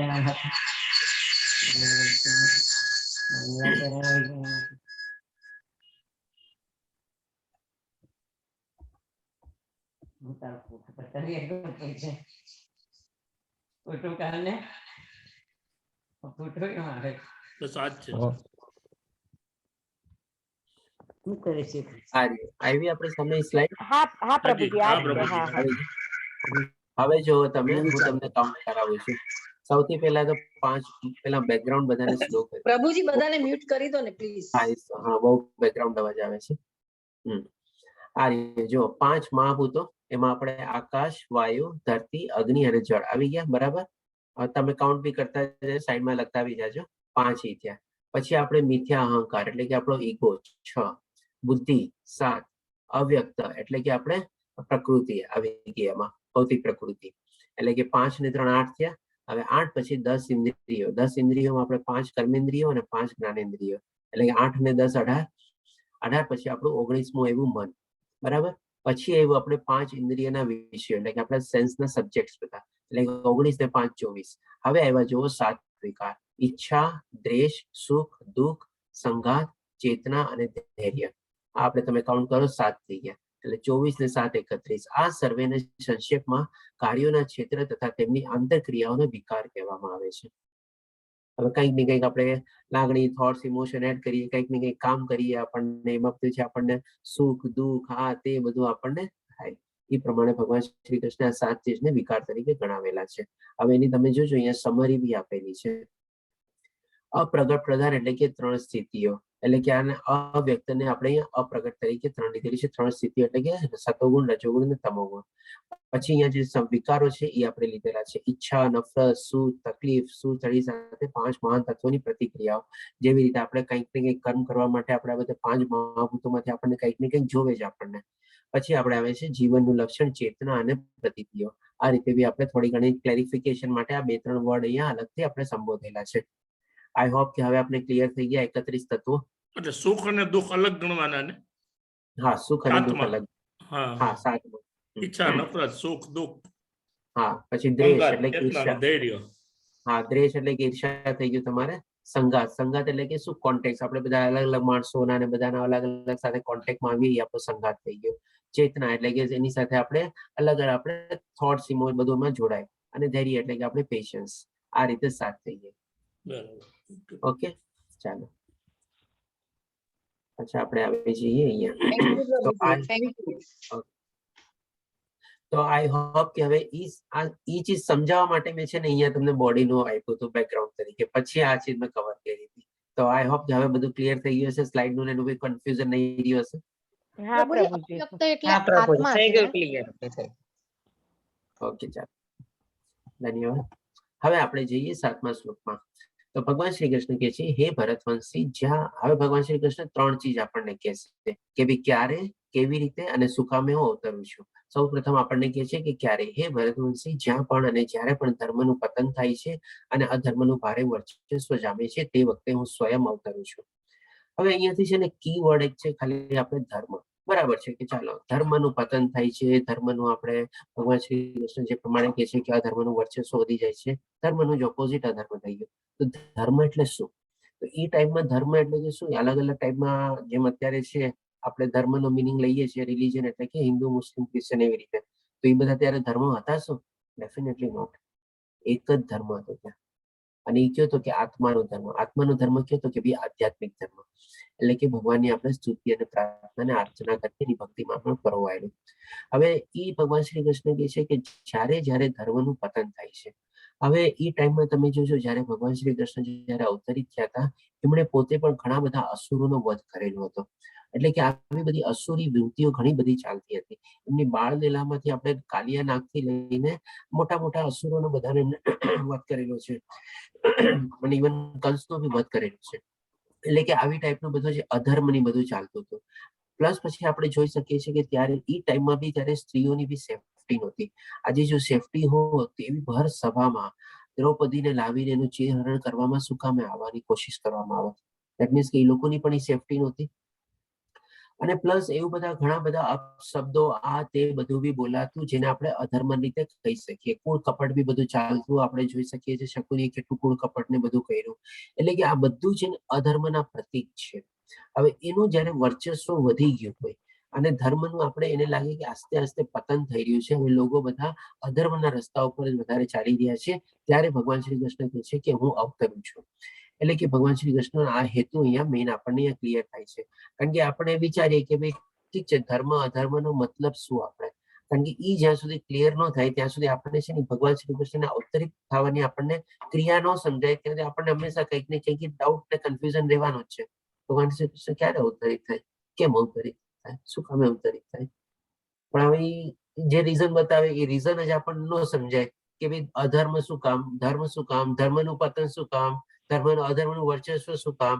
આ બધું ચીજ જ્યાં સુધી આપણે ક્લિયર ન થાય ને ત્યાં સુધી જે મેઇન પાછળનો જે હેતુ હોય ને એ પણ આપણે સમજી ન શકીએ આપણે. એટલે કે આ ટાઈપ રીતે ભગવાન શ્રી કૃષ્ણ આપણને ક્લિયર કરે છે કે ધર્મ એટલે કે ભાઈ આધ્યાત્મિક માર્ગ. જે આપણે 8મા અધ્યાયમાં ફરીથી જાણી ગયા હતા એ ક્યાંથી આવે છે. જયારે અર્જુન પૂછે છે 8 પ્રશ્નો પૂછે છે પહેલા અને બીજા શ્લોકમાં, ત્યારે ભગવાન શ્રી કૃષ્ણ કહે છે કે આધ્યાત્મ એ જીવનો ધર્મ છે. એટલે કે આપણો જીવ એટલે કે આત્મા, અને આત્માનો ધર્મ શું છે તો કે આધ્યાત્મિકતા. આધ્યાત્મિકતા એટલે કે શું તો કે ભાઈ પરમાત્માની પ્રાપ્તિ. પરમાત્માની પ્રાપ્તિ એટલે શું તો કે ભાઈ એની પાસે પાછું જવું. કારણ કે આ બધી જે આત્મા જે છે વિખૂટી પડેલી છે પરમાત્મા પાસેથી, અને એને પાછી આપણે આંગળી પકડીને એના તરફ પહોંચાડવાની છે. એટલે કે આપણા જીવનનું લક્ષ્ય શું છે તો કે આપણે બેક ટુ ગોડ હેડ, એટલે આપણે પરમાત્મા પાસે પાછું જવાનું છે.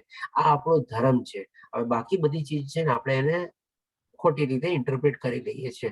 તો મેઇન ધર્મનો મતલબ એ છે કે ભાઈ આધ્યાત્મિક રસ્તો માણસ ફોલો ન કરતો હોય અને આવી રીતે બધી પ્રવૃત્તિમાં હોય તો આપણે કહી શકીએ કે અધર્મનું વર્ચસ્વ વધી ગયું છે અને ધર્મનું આસ્તે આસ્તે પતન થઈ રહ્યું છે. અને આવે ટાઈમે ભગવાન શ્રી કૃષ્ણ અવતરે છે. હવે આપણે જોઈએ કે ભગવાન શ્રી કૃષ્ણ આપણને કહેશે કે શા માટે અવતરે છે. તો આમાં પણ 3 કારણ બતાવે છે કે ભક્તોનો ઉદ્ધાર કરવા, દુષ્ટોનો વિનાશ કરવા તથા ધર્મના સિદ્ધાંતોની પુનઃસ્થાપના કરવા માટે હું સ્વયં દરેક યુગમાં પ્રગટ થાઉં છું. હવે આ ચીજને બી આપણે સમજવા થોડુંક આપણે જોઈએ કે માની લો ભગવાન તો એટલા પાવરફુલ ને બધું આપણે સમજી ગયા છે, આપણે બધી ચીજો ભગવાનની લીલા વિરાટ સ્વરૂપે બધું જાણી ગયા છે. તો ભગવાન શ્રી કૃષ્ણને દુષ્ટનો નાશ કરવા માટે અને સિદ્ધાંતોની પુનઃસ્થાપના કરવા માટે કેમ આવવું પડે? એના પાસે તો એટલી પાવર ને શક્તિ બધું છે, એ તો બેઠા બેઠા બધું કરી શકે. એને અવતરિત થવાની અથવા પ્રગટ થવાની શું જરૂર? આપણે જેમ કે બહુ મોટો માણસ હોય ને કે ભાઈ એક નાનકડી કોઈ ઇવેન્ટ થઈ ગઈ હોય તો શું છે કે ભાઈ ઓકે એના સબોર્ડિનેટ બધાને ઓર્ડર આપી દે કે જ્યાં જઈને તો આ કર્યા ઓલું કર્યા, એને પોતે તો એ જગ્યાએ જવાની જરૂર ન હોય ને. તો અહીંયા ભગવાન શ્રી કૃષ્ણ સૌથી પહેલો ઉદ્દેશનો બતાવે છે કે મારા ભક્તોનો ઉદ્ધાર કરવા. એટલે ભગવાન શ્રી કૃષ્ણ છે ને એના ભક્તોને સાંભળીને એની પાસે એને મળવા આવે છે. એ એનો કુલ્લે ઉદ્દેશ છે. હવે કોઈ મારે મોટું માણસ જયારે જાતું હોય ત્યારે એક જ ઉદ્દેશને લઈને તો ન જાય. હવે એની સાથે સાથે બી જે નાના મોટા હોય કારણ એને બી આપણે કરી લઈએ. તો આપણે જે કહીએ ને કે ભાઈ આજે બધા આપણે દુષ્ટોનો વિનાશ કરવા અને ધર્મની સિદ્ધાંતો એ તો કંઈક ને કંઈક એને એક્ટિવિટી તો કરવી જ પડે એ રીતે. પણ સૌથી પહેલો મેઇન ઉદ્દેશ છે જે આપણે જાણીએ છીએ કે ભક્તોનો ઉદ્ધાર કરવા. એટલે કે ભગવાન શ્રી કૃષ્ણ ભક્તોને મદદ કરવા માટે હંમેશા તત્પર રહે છે. જેમ આપણે ઓલરેડી બી જાણી ગયા છે કે ભગવાનની જરૂરિયાત એના ભક્તોની જરૂરિયાત પૂરા ભગવાન શ્રી કૃષ્ણ હંમેશા આપણનો ખ્યાલ રાખે છે. 9મા અધ્યાયમાં 22મા શ્લોકમાં હતું કે મારા ભક્તની બધી જરૂરિયાતો હું પૂરી પાડું છું અને એમની પાસે જે છે એનું રક્ષણ બી કરું છું. તો આ રીતે જે છે સૌથી પહેલા આપણે ભગવાનની ભક્તોની મદદ કરવા માટે ભગવાન આપણે અવતરે છે. એનો મેઇન પ્રાઇમ મોટિવ છે. હવે એની સાથે સાથે જે કઈ પણ આવ્યા હોય તો ભાઈ જે બધા કામ કરવાના છે ચાલો એ બી કરીને જ જાઉં ને, નહીં તો હું કરીશ શું ત્યાં બેઠો બેઠો. એ રીતે આપણે બી આને સમજવાની જરૂર છે કે દુષ્ટનો વિનાશ કરવા અને સિદ્ધાંતોની પુનઃસ્થાપના કરવા માટે હું યુગે યુગે પ્રગટ થાઉં છું. કારણ કે ઘણા લોકો છે ને તરત આવે ઇમિડિયેટ ક્વેશ્ચન પૂછે. ભગવાન પાસે તો બધા શક્તિ છે, તમે જ કીધું મને તમે કારણ કે લોકોને શું તર્ક વિતર્ક કરવા હોય એટલે કે તો પછી તો બેઠા બેઠા બધું કરી શકે એને આવવાની જરૂર છે. ધેટ મીન્સ કે એનો પાવર એટલો નથી એટલા માટે આવે છે એવું બધું પાછું એ બી છે. એટલા માટે ભગવાન શ્રી કૃષ્ણ ક્લિયર કરે છે કે સૌથી મેઇન પ્રાઇમ મોટિવ છે કે ભક્તોના ઉદ્ધાર કરવા અથવા ભક્તોને મદદ કરવા, ભક્તોને મળવા, ભક્તોનું સાંભળવા, ભક્તોની સાથે રહેવા માટે. હવે 9મા શ્લોકમાં ભગવાન શ્રી કૃષ્ણ કહે છે હે અર્જુન, જે મનુષ્ય મારા પ્રાગટ્ય તથા કર્મોની દિવ્ય પ્રકૃતિને જાણે છે. પ્રાગટ્ય વિશે સરસ રીતે સમજાયું આપણને. હવે તમે પૂછશો કે આમાં દિવ્ય પ્રકૃતિ ક્યાં આવી? તો એ પણ આપણે સમજીએ. પેલા આપણે વાંચી લઈએ કમ્પ્લીટ. તે આ શરીરને તજ્યા પછી આ ભૌતિક જગતમાં ફરીથી જન્મ લેતો નથી પરંતુ મારા સનાતન ધામને પામે છે. આ આપણને સૌથી મોટો બેનિફિટ છે. આપણે તો આપણે પ્રાગટ્યના વિશે સરસ રીતે આપણે જાણી ગયા કે ભગવાન કેવી રીતે આવે છે, ક્યારે આવે છે અને શું કામે આવે છે. બરોબર છે. હવે દિવ્ય પ્રકૃતિ એટલે કે શું? ભગવાનને દિવ્ય પ્રકૃતિ કરવાની પ્રણાલિકા શું છે? એટલે કે ભગવાન શ્રી કૃષ્ણ આવીને બધી અલગ અલગ લીલા કરી, અલગ અલગ બધા કાર્યો કર્યા, એ બધાને આપણે સમજવાની. તો એ જ ચીજ ભગવાન શ્રી કૃષ્ણ આગલા શ્લોકોમાં બી થોડું ઘણું ક્લિયર કરે છે. અને એ રીતે આપણે જો સમજીએ આ બંને ચીજને તો આપણને મુક્તિના દ્વાર આપણા ખુલી જાય છે. અને જયારે આપણે આ શરીર છોડીએ ત્યારે ફરીથી આપણે ભૌતિક દુનિયામાં આવવાની જરૂર. તો હવે જે ભગવાનની દિવ્ય પ્રકૃતિને એટલે કે ભગવાનનું નેચર અથવા તો કાર્ય કરવાની પ્રણાલિકા કેવી હોય છે પણ ભગવાન શ્રી કૃષ્ણ આપણને આ જ અધ્યાયમાં ઓર સરસ રીતે વર્ણવશે. થોડુંક આપણે આજે કવર કરશું, થોડુંક આપણે કાલે કવર કરશું. જેમાં વર્ણાવસ્થા ને બધું આવે છે આપણે કાલે કવર કરશું. તો પછી 10મા શ્લોકમાં ભગવાન શ્રી કૃષ્ણ કહે છે આસક્તિ, ભય, ક્રોધથી મુક્ત થયેલા મારામાં પૂર્ણપણે તન્મય થઈને મારું શરણ લીધેલા ઘણા મનુષ્યો ભૂતકાળમાં મારા જ્ઞાન રૂપી તપથી પવિત્ર થયા છે. અને આ પ્રકારે એ બધાએ મારા પ્રત્યે દિવ્ય પ્રેમને કર્યો છે. હવે અહીંયા ભગવાન શ્રી કૃષ્ણ છે ને સૌથી પહેલા તો આપણને 3 કન્ડિશન કહે છે કે આ રીતે જો મારી કોઈ શરણાગતિ લે. સૌથી પહેલા કહે છે કે આસક્તિ એટલે કે શેની? તો કે ભાઈ આપણે જે મોહ, માયા, એટ્રેક્શન ને બધું જે છે ભૌતિક દુનિયાના જે બધા આકર્ષણો છે એમાંથી આપણે આસક્તિ કેળવવાની છે. ઇન્દ્રિયોને આપણે વશમાં કરવાની છે. ભય કોનો હોય? ડર કોનો? જયારે ભગવાનનું શરણ લઈ લીધું હોય તો પછી ડર શેનો? આપણે કંઈક ને કંઈક ખોટું કર્યું હોય તો ભય હોય ને, બાકી ભય શેનો પછી? અને ક્રોધ, ડેફિનેટલી ક્રોધ તો છે જ સૌથી મોટો દુશ્મન, આપણે જાણી ગયા છે. બીજા અધ્યાયમાં 62 ને 63 શ્લોકો જે સરસ રીતે આપણને સમજાવે છે. એટલે કે આ 3 ચીજથી જયારે આપણે મુક્ત થયેલા હોય અને ત્યાર પછી મારામાં પૂર્ણપણે તન્મય થઈને જો મારું શરણ લીધેલું હોય તો બધા મનુષ્યો ભૂતકાળમાં, હવે ભગવાન શ્રી કૃષ્ણ એક એક્ઝામ્પલ બી આપે છે અહીંયા કે ભાઈ ભૂતકાળમાં એવા ઘણા લોકો જ્ઞાની થઈ ગયા, ઋષિઓ થઈ ગયા, મહર્ષિઓ થઈ ગયા કે જેમને આ બધી ચીજો જાણી અને મારા શરણ રૂપી જ્ઞાનને બધું પ્રાપ્ત કર્યું અને એ પ્રાપ્ત કર્યા પછી મારા પ્રતિ દિવ્ય પ્રેમને કર્યો છે. એટલે કે ભગવાનની ભક્તિમાં એમાં એ લોકો લાગેલા છે અને લાગેલા છે પછી જ એ લોકોને મુક્તિના દ્વાર બી ભગવાન શ્રી કૃષ્ણે ખોલેલા છે. આ ભગવાન શ્રી કૃષ્ણ આપણને અહીંયા કન્ડિશન બી મૂકે છે અને સાથે સાથે આપણને પુરાવા બી આપે છે કે ભૂતકાળમાં બી આવી રીતે બધા કરેલું છે અને એ રીતે મને પ્રાપ્ત કરેલું છે.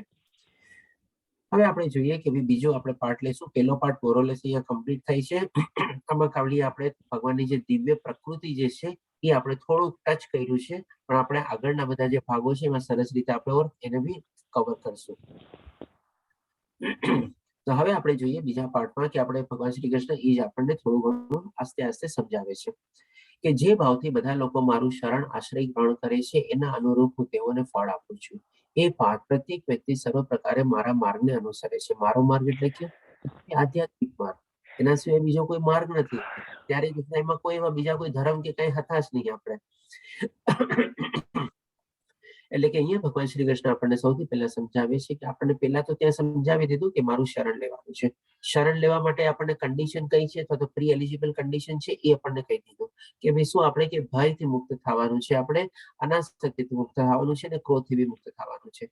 આ બધી ચીજ મુક્ત હોય ત્યારે જેને તું ભાઈ મારા માટે શરણાગતિ માટે એડમિશન લેવા માટે લાયક છો, નહીં તો પછી લાયક નથી, એ રીતે સમજાવે છે. પછી હવે આ બધી ચીજ માનીને આપણે શરણાગતિ બી લઈ લીધી અને ભગવાન શ્રી કૃષ્ણ માટે આપણે ભક્તિ બી કરવા લાગ્યા. હવે જયારે આપણે ભક્તિ કરીએ ત્યારે આપણો કોઈક ને કોઈક તો ભાવ હોવો જોઈએ ને, કે આ ભાવથી આપણે ભક્તિ કરીએ. તો આમાં છે ને હું આપણે 5 ચીજ સમજાવીશ કે આપણે છે ને 5 ટાઈપના ભાવ આપણા મનમાં આપણે કેળવી શકીએ છીએ. અહીંયા આપણે અલગ અલગ રીતે, જેમ કે ફોટામાં બી થોડા ઘણા એ રીતે આપણે સંકેતિક રીતે જોશું. સૌ પ્રથમ આવે છે કે ભાઈ ન્યુટ્રલ, એકદમ શાંત ભાવ. ઠીક છે, એ ભગવાન છે, મારે ભક્ત બનવાની કોશિશ કરવાની છે અને એ રીતે હું ભક્તિ કરી ભગવાનની અને એને પ્રાપ્ત કરવાની કોશિશ કરીશ. આ એકદમ શાંત રસ, જેને આપણે ન્યુટ્રલ રસ કહી શકીએ. પછી આવે છે કે ભાઈ આપણે જેમ કે આપણે શું કે સાંખ્ય રસ. સાંખ્ય રસ એટલે કે શું, એમાં ભાતૃત્વ અથવા મિત્ર બંને આપણે આવી ગયા. જેમ કે આપણે બલરામ અને સુદામા, એટલે કે આપણે ભગવાનને આપણે મિત્ર તરીકે આપણે એની સાથે આપણો સંબંધને આપણે જોડીએ. આજે આપણે શું છે કે નોર્મલી કોઈ બી આપણે હોઈએ તો આપણે કહીએ ને, હા ભાઈ તો મારો ફ્રેન્ડ છે, અરે ભાઈ હા એને તો સારી રીતે ઓળખું છું, એની તો આમ છે, એટલે કે એક ટાઈપ મારા નાના ભાઈ જેવો છે, એ તો મારા મોટા ભાઈ જેવો છે. એટલે કે કંઈક ને કંઈક આપણે એની સાથે આપણો રિલેશન માનીએ. પછી એવો આપણે સાંખ્ય રસ. પછી આવે છે આપણે વાત્સલ્ય રસ. વાત્સલ્ય રસ એટલે કે શું, આપણે એમાં જેમ કે આપણે એના ગાર્જિયન તરીકે, એના પેરેન્ટ તરીકે, એવી ટાઈપનો આપણે અથવા એના એલ્ડર તરીકે આપણે રસ બાંધી લઈએ. જેમ કે આપણે શું કહીએ, હા ભાઈ એ તો મારા દીકરા જેવું છે, ઓકે, એ તો મારી દીકરી જેવી છે, ઓકે, હું કહીશ ને એ પ્રમાણે કરશે, કહીશ ને એ પ્રમાણે માનશે. એટલે કે આપણે વાત્સલ્ય રસમાં અહીં આવી ગયું કોઈ પેરેન્ટહુડ અથવા ગાર્જિયનશિપ ટાઈપનો રસ આપણે એમાં કેળવી લીધો.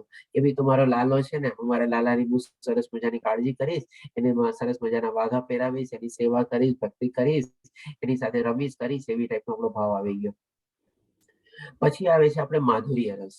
માધુર્ય રસ એટલે કે શું, આપણે કે એમાં આપણે કહી શકીએ ને કે ઓપોઝિટ સેક્સ જે ટાઈપનો હોય એ ટાઈપનો રસ આપણે કેળવીએ.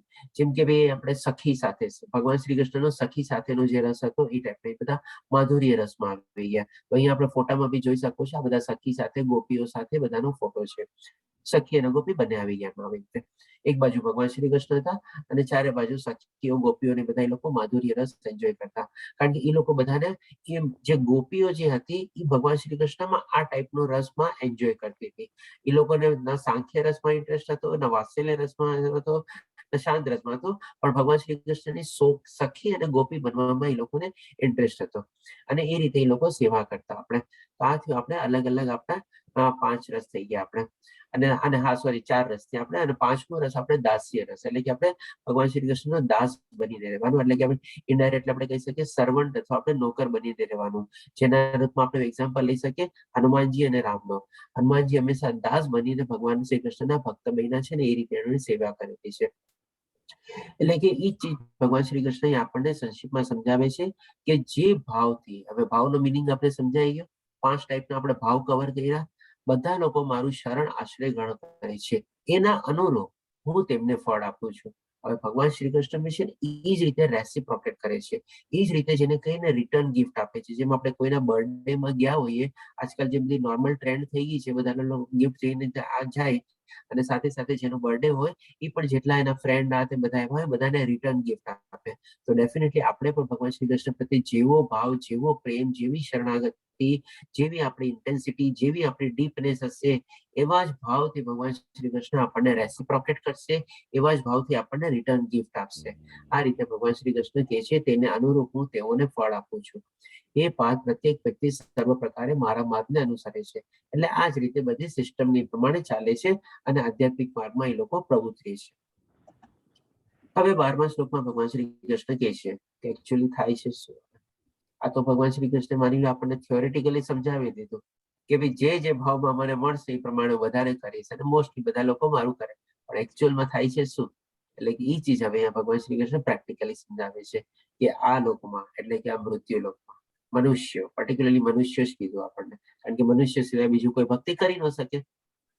તેમના સકામ કર્મોમાં, સકામ કર્મ એટલે શું, કંઈક ને કંઈક ઈચ્છા, કંઈક ને કંઈક આપણે ઇન્દ્રિય સુખ અને શરીર સફળતા ઈચ્છતા હોય છે. મને આ મળી જાય, હું આ સક્સેસ કરી લો, આ ડિગ્રી મેળવી લો, અહીંયા પાસ થઈ જાવ, ઓલો પ્રોજેક્ટ મળી જાય, આને મળી લો, એની પાસેથી આ રીતે સેન્કશન કરાવી લો, આ રીતે પાસ કરાવી લો, કાંઈક ને કંઈક થતા હોય. આ ઓલી છોકરી મળી લો, આ છોકરાને મળી લો, ઓલી જગ્યાએ બેસી જાવ, આ જગ્યાએ બેસી જાવ, કંઈક ને કંઈક આપણી ઈચ્છાને તૃપ્તિ કરવા માટે જ આપણે કરતા હોઈએ છીએ અને સફળતા પ્રાપ્ત કરવાની કોશિશ કરતા હોઈએ છીએ. અને તેથી તેઓ દેવતાઓને પૂજે છે. હવે એનું પણ રીઝન બતાવે છે કેમ કે મનુષ્ય લોકમાં, એટલે કે આ મૃત્યુ લોકમાં તેમને સકામ કર્મના ફળ જલ્દી મળે છે. હવે ભગવાન શ્રી કૃષ્ણ આપણને પ્રેક્ટિકલ સાઈડ એકદમ સમજાવવા લાગ્યા.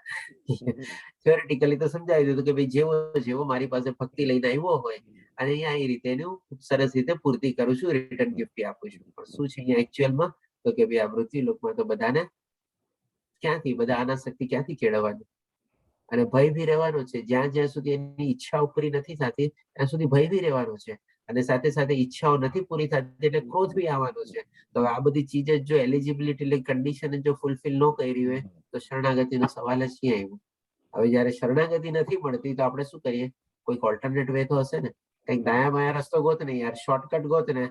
આ નથી થતું મારથી, આ બધું તો નહીં કરી શકું, મારા બધા હજી રસ નથી જતા, અનાસક્તિ નથી કેળવાતી, મને હજી થોડો ઘણો ડર તો છે, મારી અહીંયા સેફટી નથી, મારી વાં સેફટી નથી, મારી જોબ સેફટી નથી, ઓલું નથી, અને નો ઈચ્છા થાય એટલે મને આમ નથી, ઓમ નથી, ઓલા આમ કર્યો, આમ કર્યો, બધા ક્રોધ નહીં. એટલે કે હવે આપણે શોર્ટકટ, એટલે કે ભગવાન શ્રી કૃષ્ણ આપણને અહીંયા કહે છે કે જે બધા માણસો શોર્ટકટ અપનાવે છે કે બીજો ઓલ્ટરનેટ વે રસ્તો અપનાવે છે એ આ લોકો કરે છે. લોકો દેવી દેવતાઓ પાસે જાય છે અને દેવી દેવતાઓ પાસેથી ફળ મેળવવાની કોશિશ કરે છે અને ત્યાં એ લોકોને નોર્મલી ઇન્સ્ટન્ટ બેનિફિટ મળી જાય છે. એટલા માટે કે જે નોર્મલી આપણે આજની તારીખમાં ઘણા લોકો કરે છે, બધા અલગ અલગ દેવી દેવતાઓને પૂજે છે, એનો પોતાનો આઈડિયલ બનાવી દે છે, પણ એ લોકો બી જાણતા નથી કે આ બધાનો સ્ત્રોત બી ભગવાન શ્રી કૃષ્ણ પોતે જ છે અને એમની જે ફળપૂર્તિ થાય છે એ પણ ભગવાન શ્રી કૃષ્ણના કન્સેન્ટ દ્વારા છે.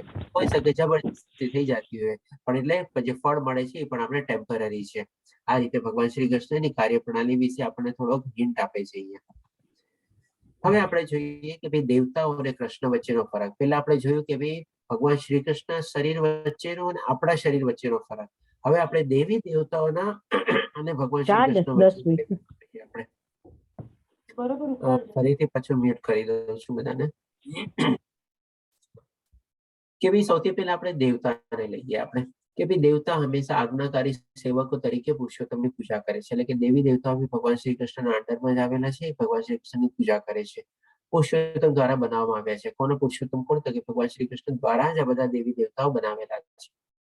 આના સંદર્ભમાં આપણે એક્ઝામ્પલ આપું, જેમ કે માની લો કે પ્રાઇમ મિનિસ્ટર હોય તો એની કેબિનેટ ઓફ મિનિસ્ટર્સ બનાવે અને એમાં શું બધાને અલગ અલગ પોર્ટફોલિયો આપી દે. એવી જ રીતે ભગવાન શ્રી કૃષ્ણ છે ને આ બધા દેવી દેવતાઓને બનાવેલા છે. કોકને ઇન્દ્રદેવ એટલે કે નાથમાં વર્ષાને કંટ્રોલ આપી દીધો, કોઈક લક્ષ્મીજી એટલે કે નાથમાં દ્રવ્યનો કંટ્રોલ આપી દીધું, સરસ્વતી માતા એટલે કે નાથમાં આપણે સરસ્વતી અથવા જ્ઞાન આપી દીધું. એવી રીતે કરીને અલગ અલગ પોર્ટફોલિયો બનાવેલા છે ભગવાન શ્રી કૃષ્ણ અને આવી રીતે બધાને પ્રમાણે મેનેજ કરે છે. બ્રહ્માંડની બાબતોનું સંચાલન કરવા માટે શક્તિના દરજ્જા આપવામાં આવેલા છે. ડેફિનેટલી આખું બ્રહ્માંડને જેમ ઓર્ગેનાઇઝ કરવું છે અથવા એને ચલાવવી છે અથવા એનું નિયમિત રીતે સંચાલન કરવું છે, જેમ કેબિનેટ ઓફ મિનિસ્ટર બનાવેલી છે એવી રીતે ભગવાન શ્રી કૃષ્ણ આ બધા દેવી દેવતાઓ બનાવેલા છે અને બધાને પોતપોતાના પાવર ની બધું આપેલું છે, દરજ્જો એટલે કે સ્ટેટસ બી આપેલું છે. કોકને માની લે ફાઇનાન્સ મિનિસ્ટર, કોકને ટ્રાન્સપોર્ટ મિનિસ્ટર, કોકને હોમ મિનિસ્ટર, એવી રીતે બધા મિનિસ્ટરો બી બનાવેલા છે. તેઓ પુરુષોત્તમની ઈચ્છાને આધીન છે. ડેફિનેટલી આખું આજે કેબિનેટ ઓફ મિનિસ્ટર હોય, અલ્ટિમેટલી તો પ્રાઇમ મિનિસ્ટર જ ને. પ્રાઇમ મિનિસ્ટર જે કે પ્રમાણે થોડી એ લોકોની જેમ કે પ્રાઇમ મિનિસ્ટર કે હવે આવતા બજેટમાં આપણે જેમ કે હમણાં નોર્મલી પાછું બજેટ આવવાનું છે કે ભાઈ આવતા બજેટમાં આપણે વધારે ડિફેન્સને આપણે પ્રોત્સાહન આપવાનું છે અને હેલ્થ કેરને પ્રોત્સાહન આપવાનું છે કારણ કે કોરોના ચાલે છે. એટલે કે તરત એની અંદરમાં જે ફાઇનાન્સ મિનિસ્ટર હોય અને તે હેલ્થ કેરનું જે પોર્ટફોલિયો સંભાળતો હોય એ કામે લાગી જાય કે ગયા વર્ષે કેટલું બજેટ હતું, આ વર્ષે કેટલું, આ વર્ષે કેવી રીતે, એવી રીતે પછી લોકો કરે. એટલે જે પ્રાઇમ મિનિસ્ટરની ઈચ્છા હોય એ પ્રમાણે આ બધા લોકો ચાલતા હોય. તેમની પાસે ભૌતિક શરીર છે, તેથી જન્મ, વૃદ્ધાવસ્થા, રોગ અને મૃત્યુ નથી. ડેફિનેટલી બધા દેવી દેવતાઓ પાસે બી ભૌતિક શરીર છે. એ પણ પ્રકૃતિના ગુણોના અંડરમાં છે, એ બી આપણે જોવાનું છે. અને સાથે સાથે આપણે એ લોકોને પણ જન્મ, મૃત્યુ, જરા વ્યાધિ ના હોય છે. જેમ આપણે જોઈ ગયા કે બ્રહ્માજીનું પણ આયુષ્ય છે, લિમિટેડ છે. ભલે આપણે હિસાબે ઘણું બધું અનલિમિટેડ છે, પણ એ પણ તો છે તો લિમિટેડ. પછી જુદા જુદા વિસ્તાર માટે 3 ભૌતિક ગુણોના પ્રભાવ હેઠળ છે. જેમ કીધું ઓલરેડી, એ લોકો પણ ત્રિગુણી માયાના હેઠળ છે. હવે આ બાજુ જોઈએ આપણે કૃષ્ણ ભગવાનનું. કૃષ્ણ ભગવાન એક છે એટલે કે ભગવાન એક જ હોય, ભગવાન અલગ અલગ ન હોય. સર્વોચ્ચ છે, સમગ્ર છે એટલે કે બધું ઈ છે અને ટોપમોસ્ટ સુપ્રીમ છે. અત્યંત પૂજનીય છે. દેવી દેવતાઓ બી એને પૂજે છે તો પછી અત્યંત પૂજનીય હોય જ. સર્વોચ્ચ સર્જક, આ બધાનું સર્જન કરનાર બી પોતે છે. દેવી દેવતાઓના સર્જન કરનાર બી ભગવાન શ્રી કૃષ્ણ પોતે છે. ભૌતિક સર્જનથી આગળ એટલે કે આ સર્જન જે ભૌતિક સર્જન જે આપણને દેખાય છે એનાથી આગળ છે. હજી આવા કેટલા ગ્રહો, બ્રહ્માંડો, કેટલી ગેલેક્સી ને બધું હશે આપણને ખબર નથી. અને એનાથી આગળ એટલે કે એનાથી ઉપર ભગવાન શ્રી કૃષ્ણ બેઠા છે.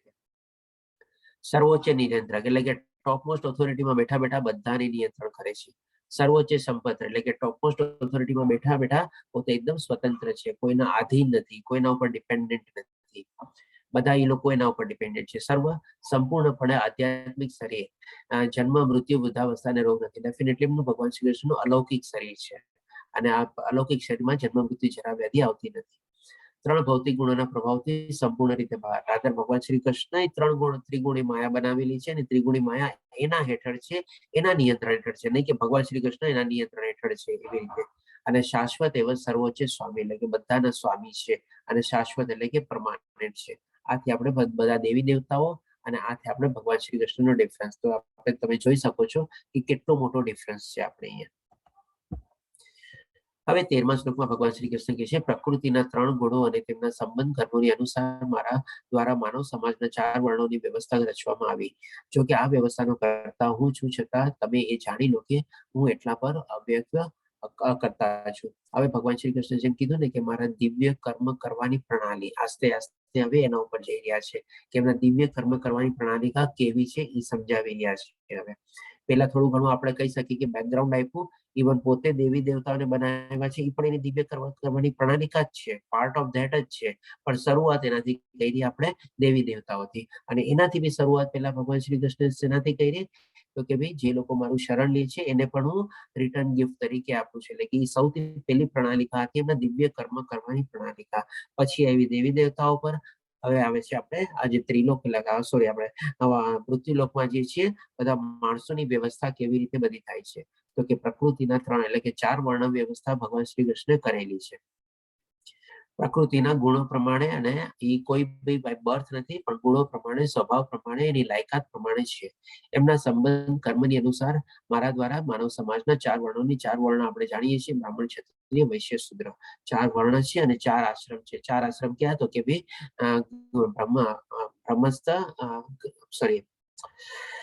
ગ્રહસ્થ, બ્રહ્મચર્ય, ગ્રહસ્થ, વનપ્રસ્થ, સંન્યાસ. એટલું ફાસ્ટ બોલવા જઈએ ને થોડુંક અટકી જાય. તો 4 આપણે વર્ણ છે અને 4 આપણે આશ્રમ છે. 4 વર્ણ એટલે કે બ્રાહ્મણ, ક્ષત્રિય, વૈશ્ય, શૂદ્ર, અને 4 આશ્રમ એટલે કે બ્રહ્મચર્ય, ગ્રહસ્થ, વનપ્રસ્થ, સંન્યાસ. આ આપણે ભગવાન આપણા બધા શાસ્ત્રોમાં લખેલું છે. અને હવે એના પ્રણાલિકા એટલે કે આપણે જે 3 ગુણોના જે અલગ અલગ સ્વભાવ હોય, જે પ્રમાણે એ લોકોનો ગુણો કેળવેલા હોય, જે લોકોની લાયકાત કેળવેલી હોય, એ પ્રમાણે આ 4 વર્ણોના ભાગ થયેલા છે કે નહીં બાય બર્થ. અને આ બધું ભગવાન શ્રી કૃષ્ણ કર્યા પછી બી ભગવાન શ્રી કૃષ્ણ કહે છે કે હું એનાથી અલિપ્ત છું, જે આપણને આગલા શ્લોકમાં સમજાવશે આપણે.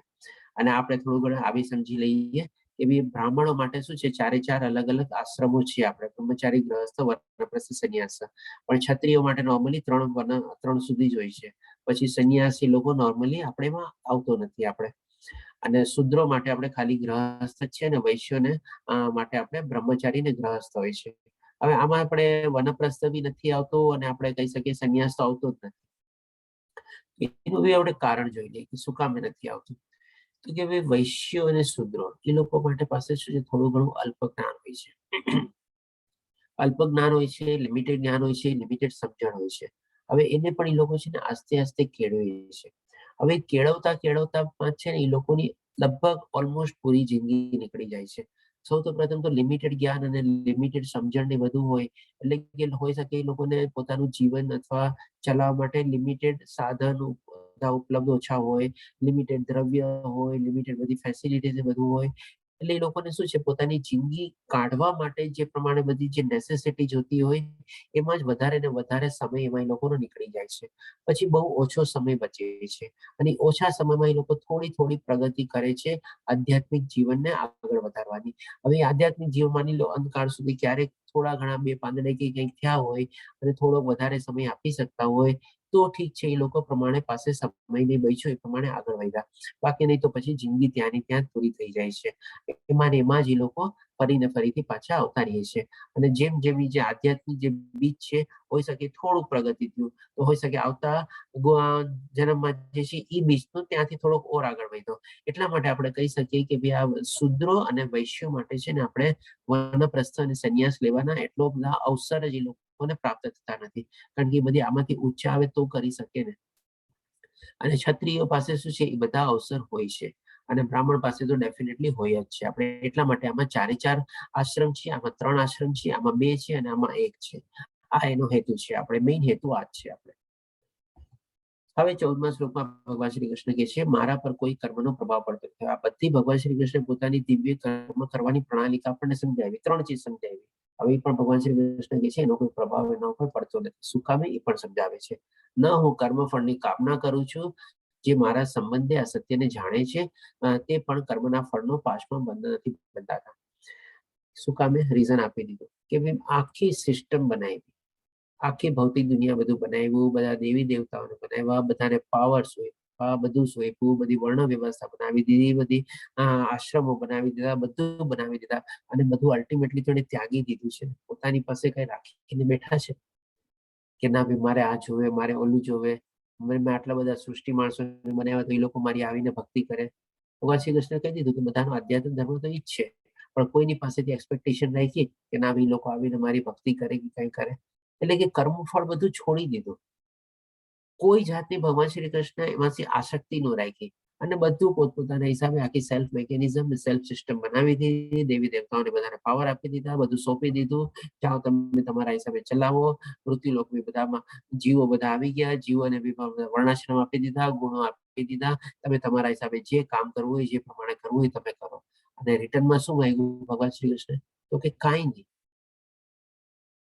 કોઈ એક મોટામાં મોટા માણસની બી એને રિક્વેસ્ટ નથી કરતું કે તારી પાસે આટલા બધા પાવર છે, તું મારી ભક્તિ કર, મારી સેવા. નાના જીવને બી કહી દીધું કે ભાઈ તારા હિસાબે તારે જેમ કરવું હોય તો કર. કોઈ જાતનું કોઈ કમ્પલ્શન કે કાંઈ નહીં. એટલે કે બધા ફળનો ત્યાગ કરી દીધો. જો એક માણસ આવી રીતે બધું ત્યાગ કરી શકતો હોય, બધું પોતાના અંડર છે, પોતાના કંટ્રોલમાં છે, એ પણ આપણે સરસ રીતે ઓલી સ્લાઇડમાં જોઈ ગયા. દેવતાઓનો ડિફરન્સ અને ભગવાન શ્રી કૃષ્ણ પાસે શું પાવર છે, કેવી રીતે નિયંત્રણ કરે, બધું છે, છતાં એને બધા કોઈનો ત્યાગ ન કર્યો. અને આ રીતે ભગવાન શ્રી કૃષ્ણ એનાથી અલિપ્ત થઈ ગયા. અને પછી હવે આગળ એ પણ સમજાવે છે કે જે મારા સંબંધે આ સત્યને જાણે છે તે પણ કર્મના ફળના પાશમાં નથી બંધાતો. હવે જો આપણે પણ આ રીતે જો કર્મ કરવાની આપણી પ્રણાલિકા બનાવી લઈએ તો આપણે બી આપણે કર્મ બંધનથી મુક્ત થઈ શકીએ. હવે ભગવાન શ્રી કૃષ્ણ પણ જ્યારે આપણે અવતરિત થયા એને ક્યાં કર્મ નથી કર્યા, બધા ટાઈપના કર્મ એને કરેલા છે. આપણે ક્ષત્રિયોના કર્મ કરેલા છે. જ્યારે બાળ અવસ્થા હતા ત્યારે બાળ ગોપાલ સાથે લોકો રમવા જતા, ગાયોને ચરાવતા, દોસ્તો મિત્રો સાથે રમતા, ગોપીઓ સાથે આપણે સરસ મજાનો રાસ રમતા, સુદામાના પર ચરણ બી ધોયા છે અને ક્ષત્રિય તરીકે ધનુષ બી ઉપાડ્યા છે, મોટા મોટા બધાનો સંહાર બી કરેલો છે રાક્ષસોનો બધાનો. અને લાસ્ટમાં આપણે અર્જુનના સારથી બી બન્યા છે. સારથી એટલે કે આપણે કહી શકીએ કે ડ્રાઈવર બી બનેલા છે અને બધા ટાઈપના કર્મ કરેલા છે. ક્યાંય એને આશા રાખી કે ભાઈ આમ કરે કે એમ કરે. ઇવન અર્જુનને બી આટલું સરસ ગીતા જ્ઞાન આપી દીધા પછી બી ભગવાન શ્રી કૃષ્ણ એમ જ કહે છે, મેં તને ગુહ્યતમ જ્ઞાન આપી દીધું, હવે તારી મરજી, તારે જેમ કરવું એમ તું કર. ક્યાંય આશા રાખી. તો આ રીતે જો આપણે બી કર્મ કરીએ તો આપણા બી જે ભગવાન શ્રી કૃષ્ણ કહે છે કર્મના ફળમાં પાસથી બંધાતા નથી. 15મા શ્લોકમાં ભગવાન શ્રી કૃષ્ણ કહે છે, પ્રાચીન કાળમાં સમસ્ત મુક્તાત્મા હોય, મુક્ત આત્મા એટલે કે મુક્ત અને આત્મા. મુક્ત એટલે કે જેને મુક્તિ મળી ગઈ છે અથવા મોક્ષ મળી ગયો છે, અને આત્મા એ બેને આપણે જોઈન કરીએ ત્યારે વર્ડ આવ્યો મુક્તાત્મા હોય, મારી દિવ્ય પ્રકૃતિને જાણીને જ કર્મ કર્યા. અંત તમારે પણ જોઈએ કે એના પદ્મચિહ્નોનું અનુસરણ કરીને આપણા કર્તવ્યનું પાલન કરો. આ રીતે જો આપણે કરીએ તો આપણને પણ આપણા મોક્ષ અને આપણને મુક્તિના રસ્તા આપણા ખુલી શકે. તો અહીં આપણે આજનો પાઠ કમ્પ્લીટ થાય છે.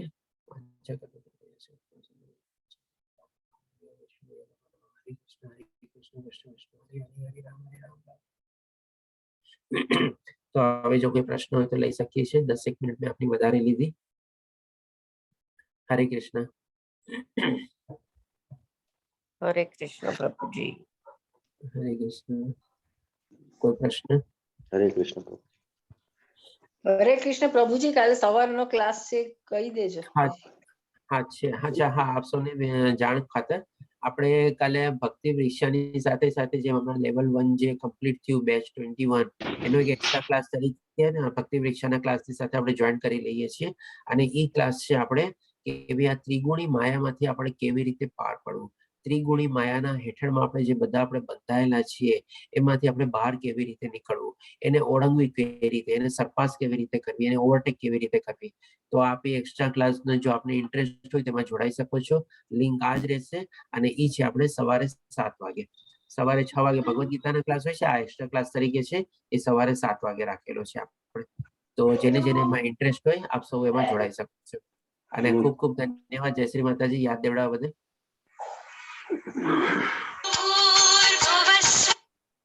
રીટા માતાજી આપનો હેન્ડ રેઝ છે, પ્રશ્ન પૂછી શકો છો. હરે કૃષ્ણ પ્રભુજી. હરે કૃષ્ણ. મને એક ક્વેશ્ચન છે કે આપણે એમ કહીએ છીએ કે દેવી કૃષ્ણ ભગવાન છે, રાઈટ? અને આપણે બીજા દેવી દેવતા હોય તેને બી આપણે ભગવાન તો કહીએ છીએ ને? આપણે એકચ્યુઅલી ભગવાન તો ન અને કહેવું જોઈએ, આપણે કારણ કે ભગવાન આપણે એક જ એમ છે. કહીએ કે ને ભગવાન એક જ છે, તો પછી દેવી દેવતાઓ ભગવાન ની અંદર ના આવી શકે? ના, દેવી દેવતાઓ ભગવાનની અંદર ન આવી શકે.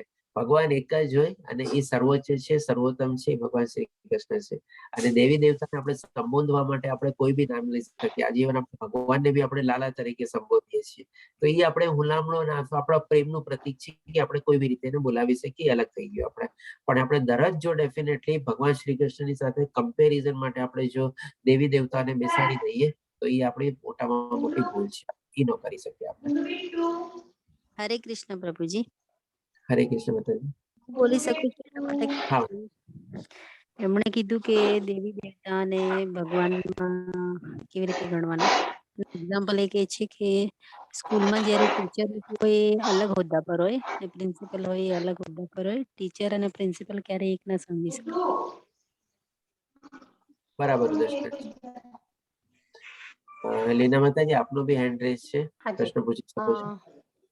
હરે કૃષ્ણ પ્રભુજી, મારો પ્રશ્ન એમ છે કે કૃષ્ણ ભગવાન બી નથી જન્મ નથી મરણ, આ જન્મ એમની રીતે. તો એવી રીતે શંકર ભગવાન પણ એવી રીતના જ છે ને, એમનો બી જન્મ નથી, મૃત્યુ નથી, કઈ નથી ને?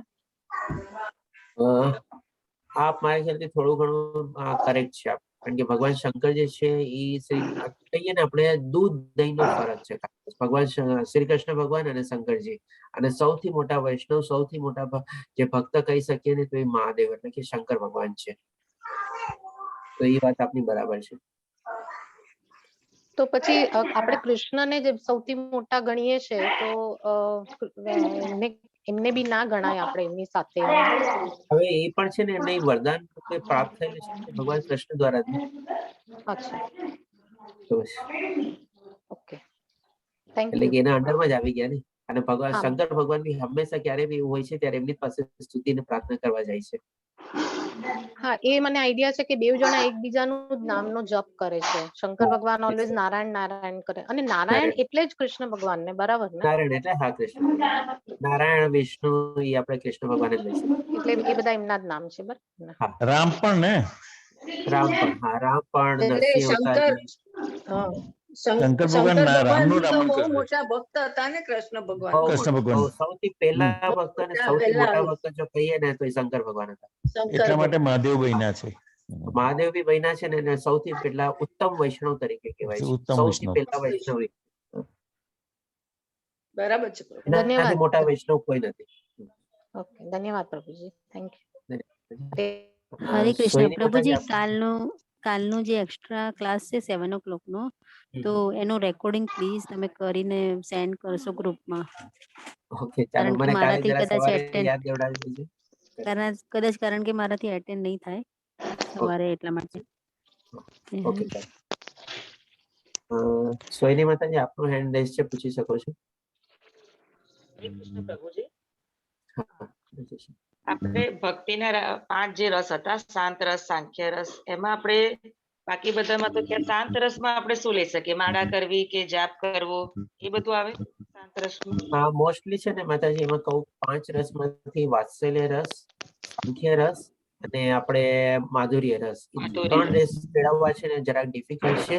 એનું રિઝલ્ટ મેળવવું બી બહુ ડિફિકલ્ટ છે. આપણે મોસ્ટલી આપણા માટે આપણે કહી શકીએ કે જે આપણે બધા બદ્ધ જીવ છીએ, બધા આપણા માટે શાંત રસ અને દાસ્ય રસ જ કેળવવો છે ને બહુ સારો છે.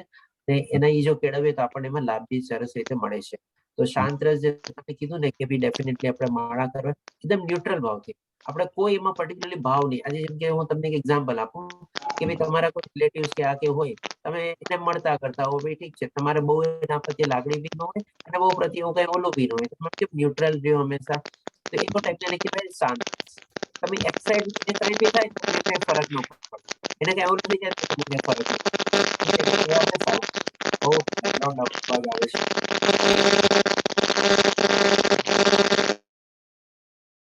તો એને કહેવાય આપણે શાંત રસ. કે એમાં શું છે, આપણે બહુ ઉગ્ર બી ન થઈ જઈએ અને બહુ આપણને વિચલિત ન કરી શકે. માળા જપવું, આપણે પઠન કરવું, આપણી કોઈ કથા છે, આ છે, બધું છે, આપણે એમાં લઈ શકીએ આપણે. અને દાસ્ય રસમાં શું છે, આપણે ભગવાન એકદમ શરણાગતિ, એકદમ શરણ લઈને જવાનું, બસ આપણે ભગવાનના નોકર બની જવાનું, બસ એવી રીતે. એટલે આ બે આપણા માટે પ્રેક્ટિકલ છે. બાકી 3 રસ છે ને આપણા માટે બહુ ડિફિકલ્ટ છે. હરે કૃષ્ણ પ્રભુજી. હરે કૃષ્ણ. બીજા કોઈ પ્રશ્ન? હરે કૃષ્ણ પ્રભુજી. મારે હરે એમ પૂછવું હતું કે તમે જે કીધું કે બ્રહ્મ, ક્ષત્રિય, વૈશ્ય અને શૂદ્ર, એ લોકોને પોતપોતાની જવાબદારી આપી છે. જે લોકો 4 આશ્રમમાંથી કે એ રીતે બ્રાહ્મણ લોકોનું, ક્ષત્રિય લોકોનું 3 સંન્યાસ ને એ રીતે, ને વૈશ્યને ખાલી 2 માને, શૂદ્રને ખાલી ગૃહસ્થમાં. તો એમને જે જવાબદારી આપી છે કે જે કર્મ કીધા છે એ પ્રમાણે ભગવાન હમણાંના પ્રેક્ટિકલી લાઈફમાં બધા એમ કે છે ભગવાને જ ભેદભાવ કર્યો છે, એટલે જ્ઞાતિ જાતિનો ભેદભાવ ચાલે છે. તો એ કેવી રીતે એને સમજવું? ભગવાને કોઈ ભેદભાવ નથી કરેલો આપણે. અને એ આપણે છે ને હજી આપણે થોડા કન્ટિન્યુ રહ્યો, આપણે કાલે આપણે એ પાર્ટી સરસ રીતે ક્લિયર કરેલું છે કે આ 4 જે વર્ણ આપણે કરેલા છે એનો ભાવાર્થ શું છે, એ શું કામે કરેલા છે, કેવી રીતે કરેલા છે. એ આપણે છે ને ભેદભાવ માટે નથી કરવામાં આવેલા, પણ આપણે સહકાર માટે કરવામાં આવેલા છે, એકબીજાને સપોર્ટ માટે કરવામાં આવેલા છે. એ આપણે આવતા કાલના પાઠમાં ઓર સરસ રીતે આપણે કવર કરશું એને, કે જેમાં તમારો પ્રશ્ન છે એકદમ સરસ રીતે ક્લિયર થઈ જશે. ભગવાને કોઈ દી ભેદભાવ નથી કર્યો. પ્રભુજી મને રેકોર્ડિંગ આપશો? કારણ કે મારું થોડુંક એ ઘરનો હાલત છે, એ પ્રમાણે કદાચ નહીં થાય તો હું વિડીયો જોઈ શકું, અને એક્સ્ટ્રા ક્લાસનો પણ વિડીયો. પ્રભુજી કાલે સવારનું હું તમને યાદ કરાવીશ, પણ સાંજનું તમે કરજો. સાંજના હું પણ નથી. ચોક્કસ. ઓકે ઠીક છે, ચાલો માતાજી કરી લઈશું. 7 વાગે છે તો કદાચ હોવું પણ ખરી, પણ જરા બહાર જવાની છે તો કદાચ નહીં પણ થાય પોસિબલ. નો પ્રોબ્લેમ. સવારનું તમને યાદ કરાવીશ રેકોર્ડિંગ કરવા પૂર્ણિમા માતાજી માટે. પ્લીઝ માતાજી. ઓકે, તો ચાલો આપણે ફરીથી પાછા મળશું આપણે, એટલે કે હરે કૃષ્ણ. ધન્યવાદ ધન્યવાદ ધન્યવાદ. સવારે હરે કૃષ્ણ. હરે કૃષ્ણ પ્રભુજી. હરે કૃષ્ણ. હરે કૃષ્ણ. હરે કૃષ્ણ. હરે કૃષ્ણ. હરે કૃષ્ણ. હરે કૃષ્ણ.